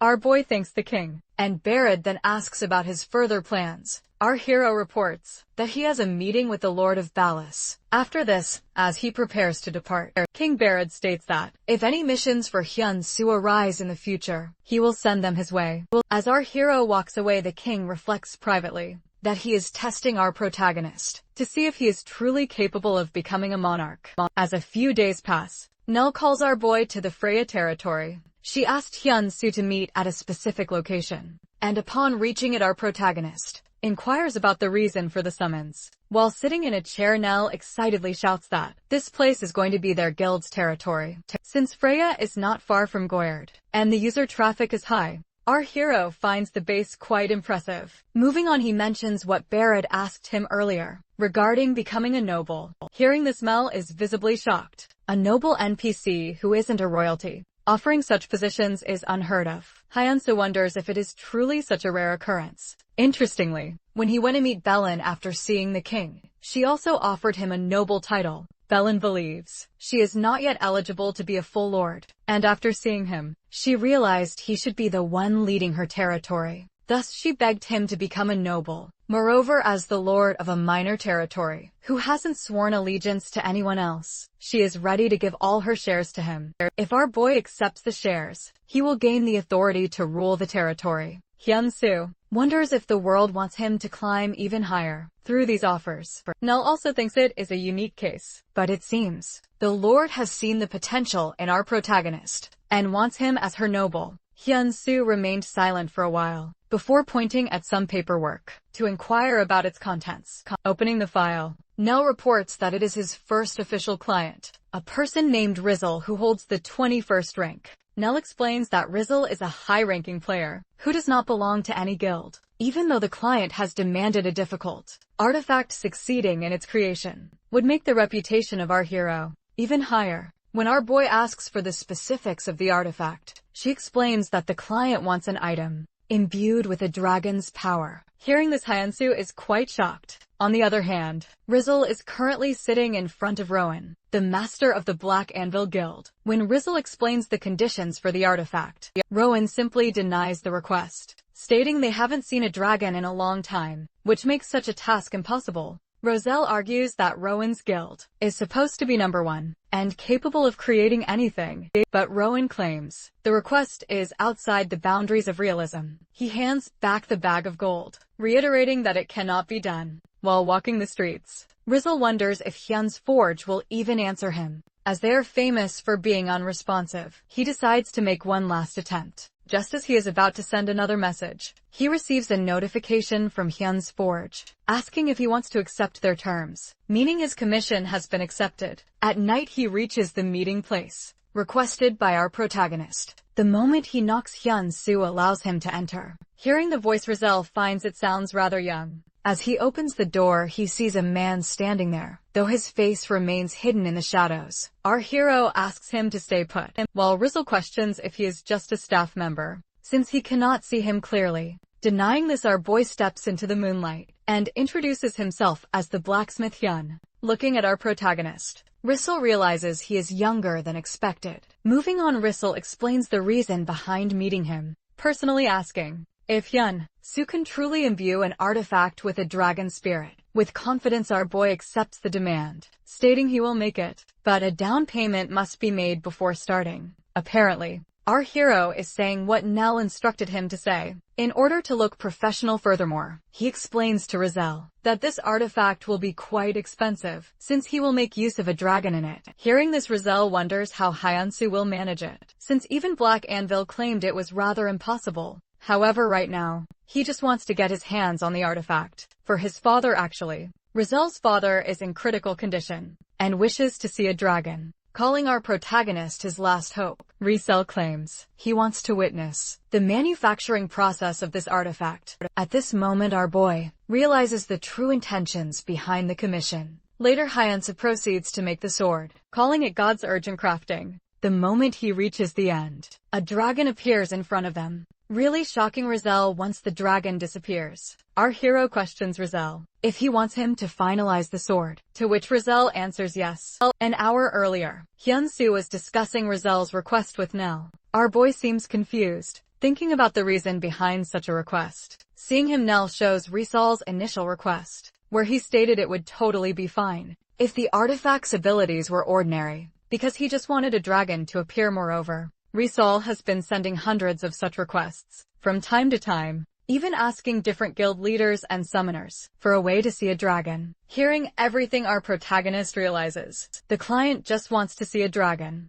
but now he wonders why Rizal is so desperate. Even Nell agrees with him. Moreover, a dragon has never appeared in Ares before, which is another problem. While our hero is lost in thought searching for a way, Nell puts another scroll in front of him, claiming they have another option. She explains that during the AJ broadcasting, Hyun-soo promised the audience he would take a limited edition crafting request from an archer. Furthermore, an archer named Ian has been sending requests since then. Looking at the information, our boy remembers this person, as he had bought a gauntlet from him before. Ian requested the most powerful bow, which our protagonist finds rather easy to make. But then he picks up Rizal's request, claiming he wants to do something challenging. Nell already knew Hyun-soo would choose it, so she goes to contact Risol to tell him about the acceptance. Meanwhile, our hero is still preparing the request, while thinking of a way to make an artifact imbued with a dragon, and also thinking of using that sword as a pattern. Now in the present, our boy and Rizal are sitting opposite each other, with a sword between them on the table. Hyun-soo explains that he was able to summon the dragon only once, since he made this artifact in a hurry, and thus needs some refinements. Hearing this, Rizal gives a time period of a week, asking if it is possible for our protagonist to refine the artifact within that time because he needs it urgently, while passing the down payment to our hero. Rizal also claims that money is not a problem. Looking at it for a while, Hyun-soo hands back the money, saying he will take it after the completion of the artifact. Russell gets confused, while our boy promises to do his best. After that, they shake hands. At night, the scene shifts to a hospital room, where Russell is sitting in front of an old man, who seems to be his father. The old man says that he is putting his trust in him, so Rizal reassures his father that he just needs to wait a little longer, because soon he will be able to see the dragon. The old man seems quite sick, as his face looks weak and frail. Rizal's father calls him Taesong, but he corrects him by saying his name is Taiha. Apparently Rizal is his username in the game, while his real name is Taiha. Even after telling his name, his father still calls him Taesong, while insisting on seeing a dragon. As he puts his father to sleep, the old man is still murmuring Taesong's name, which seems to be bothering Taiha. Later, while standing in front of the room door, Taiha thinks of someone, saying they haven't talked for a while. In this instance, he receives a call from someone whose name is saved as Big Brother. Apparently, the man who earlier called Taiha is his elder brother, Taesong, who is currently managing Han Song's group, their father's company now. Taiha is standing in his brother's room, and Taesong is asking him about the game. Taiha assures his elder brother that he does not have to worry about it. Taesong asks about the dragon, reminding him that he promised to make the dragon appear while in the game, but now months have passed. Taiha insists he is about to make it happen, but his elder brother does not seem to believe him. Seeing this, he yells that he is serious, so Taesong accepts it as his last chance. He also orders Taiha to quit the game if he does not succeed in making a dragon appear for their father. While thinking about our hero, who managed to make a dragon appear earlier, Taiha is now confident that he will succeed. The next day, our protagonist is standing in the National Museum, looking at a sword, which he restored with his father years ago.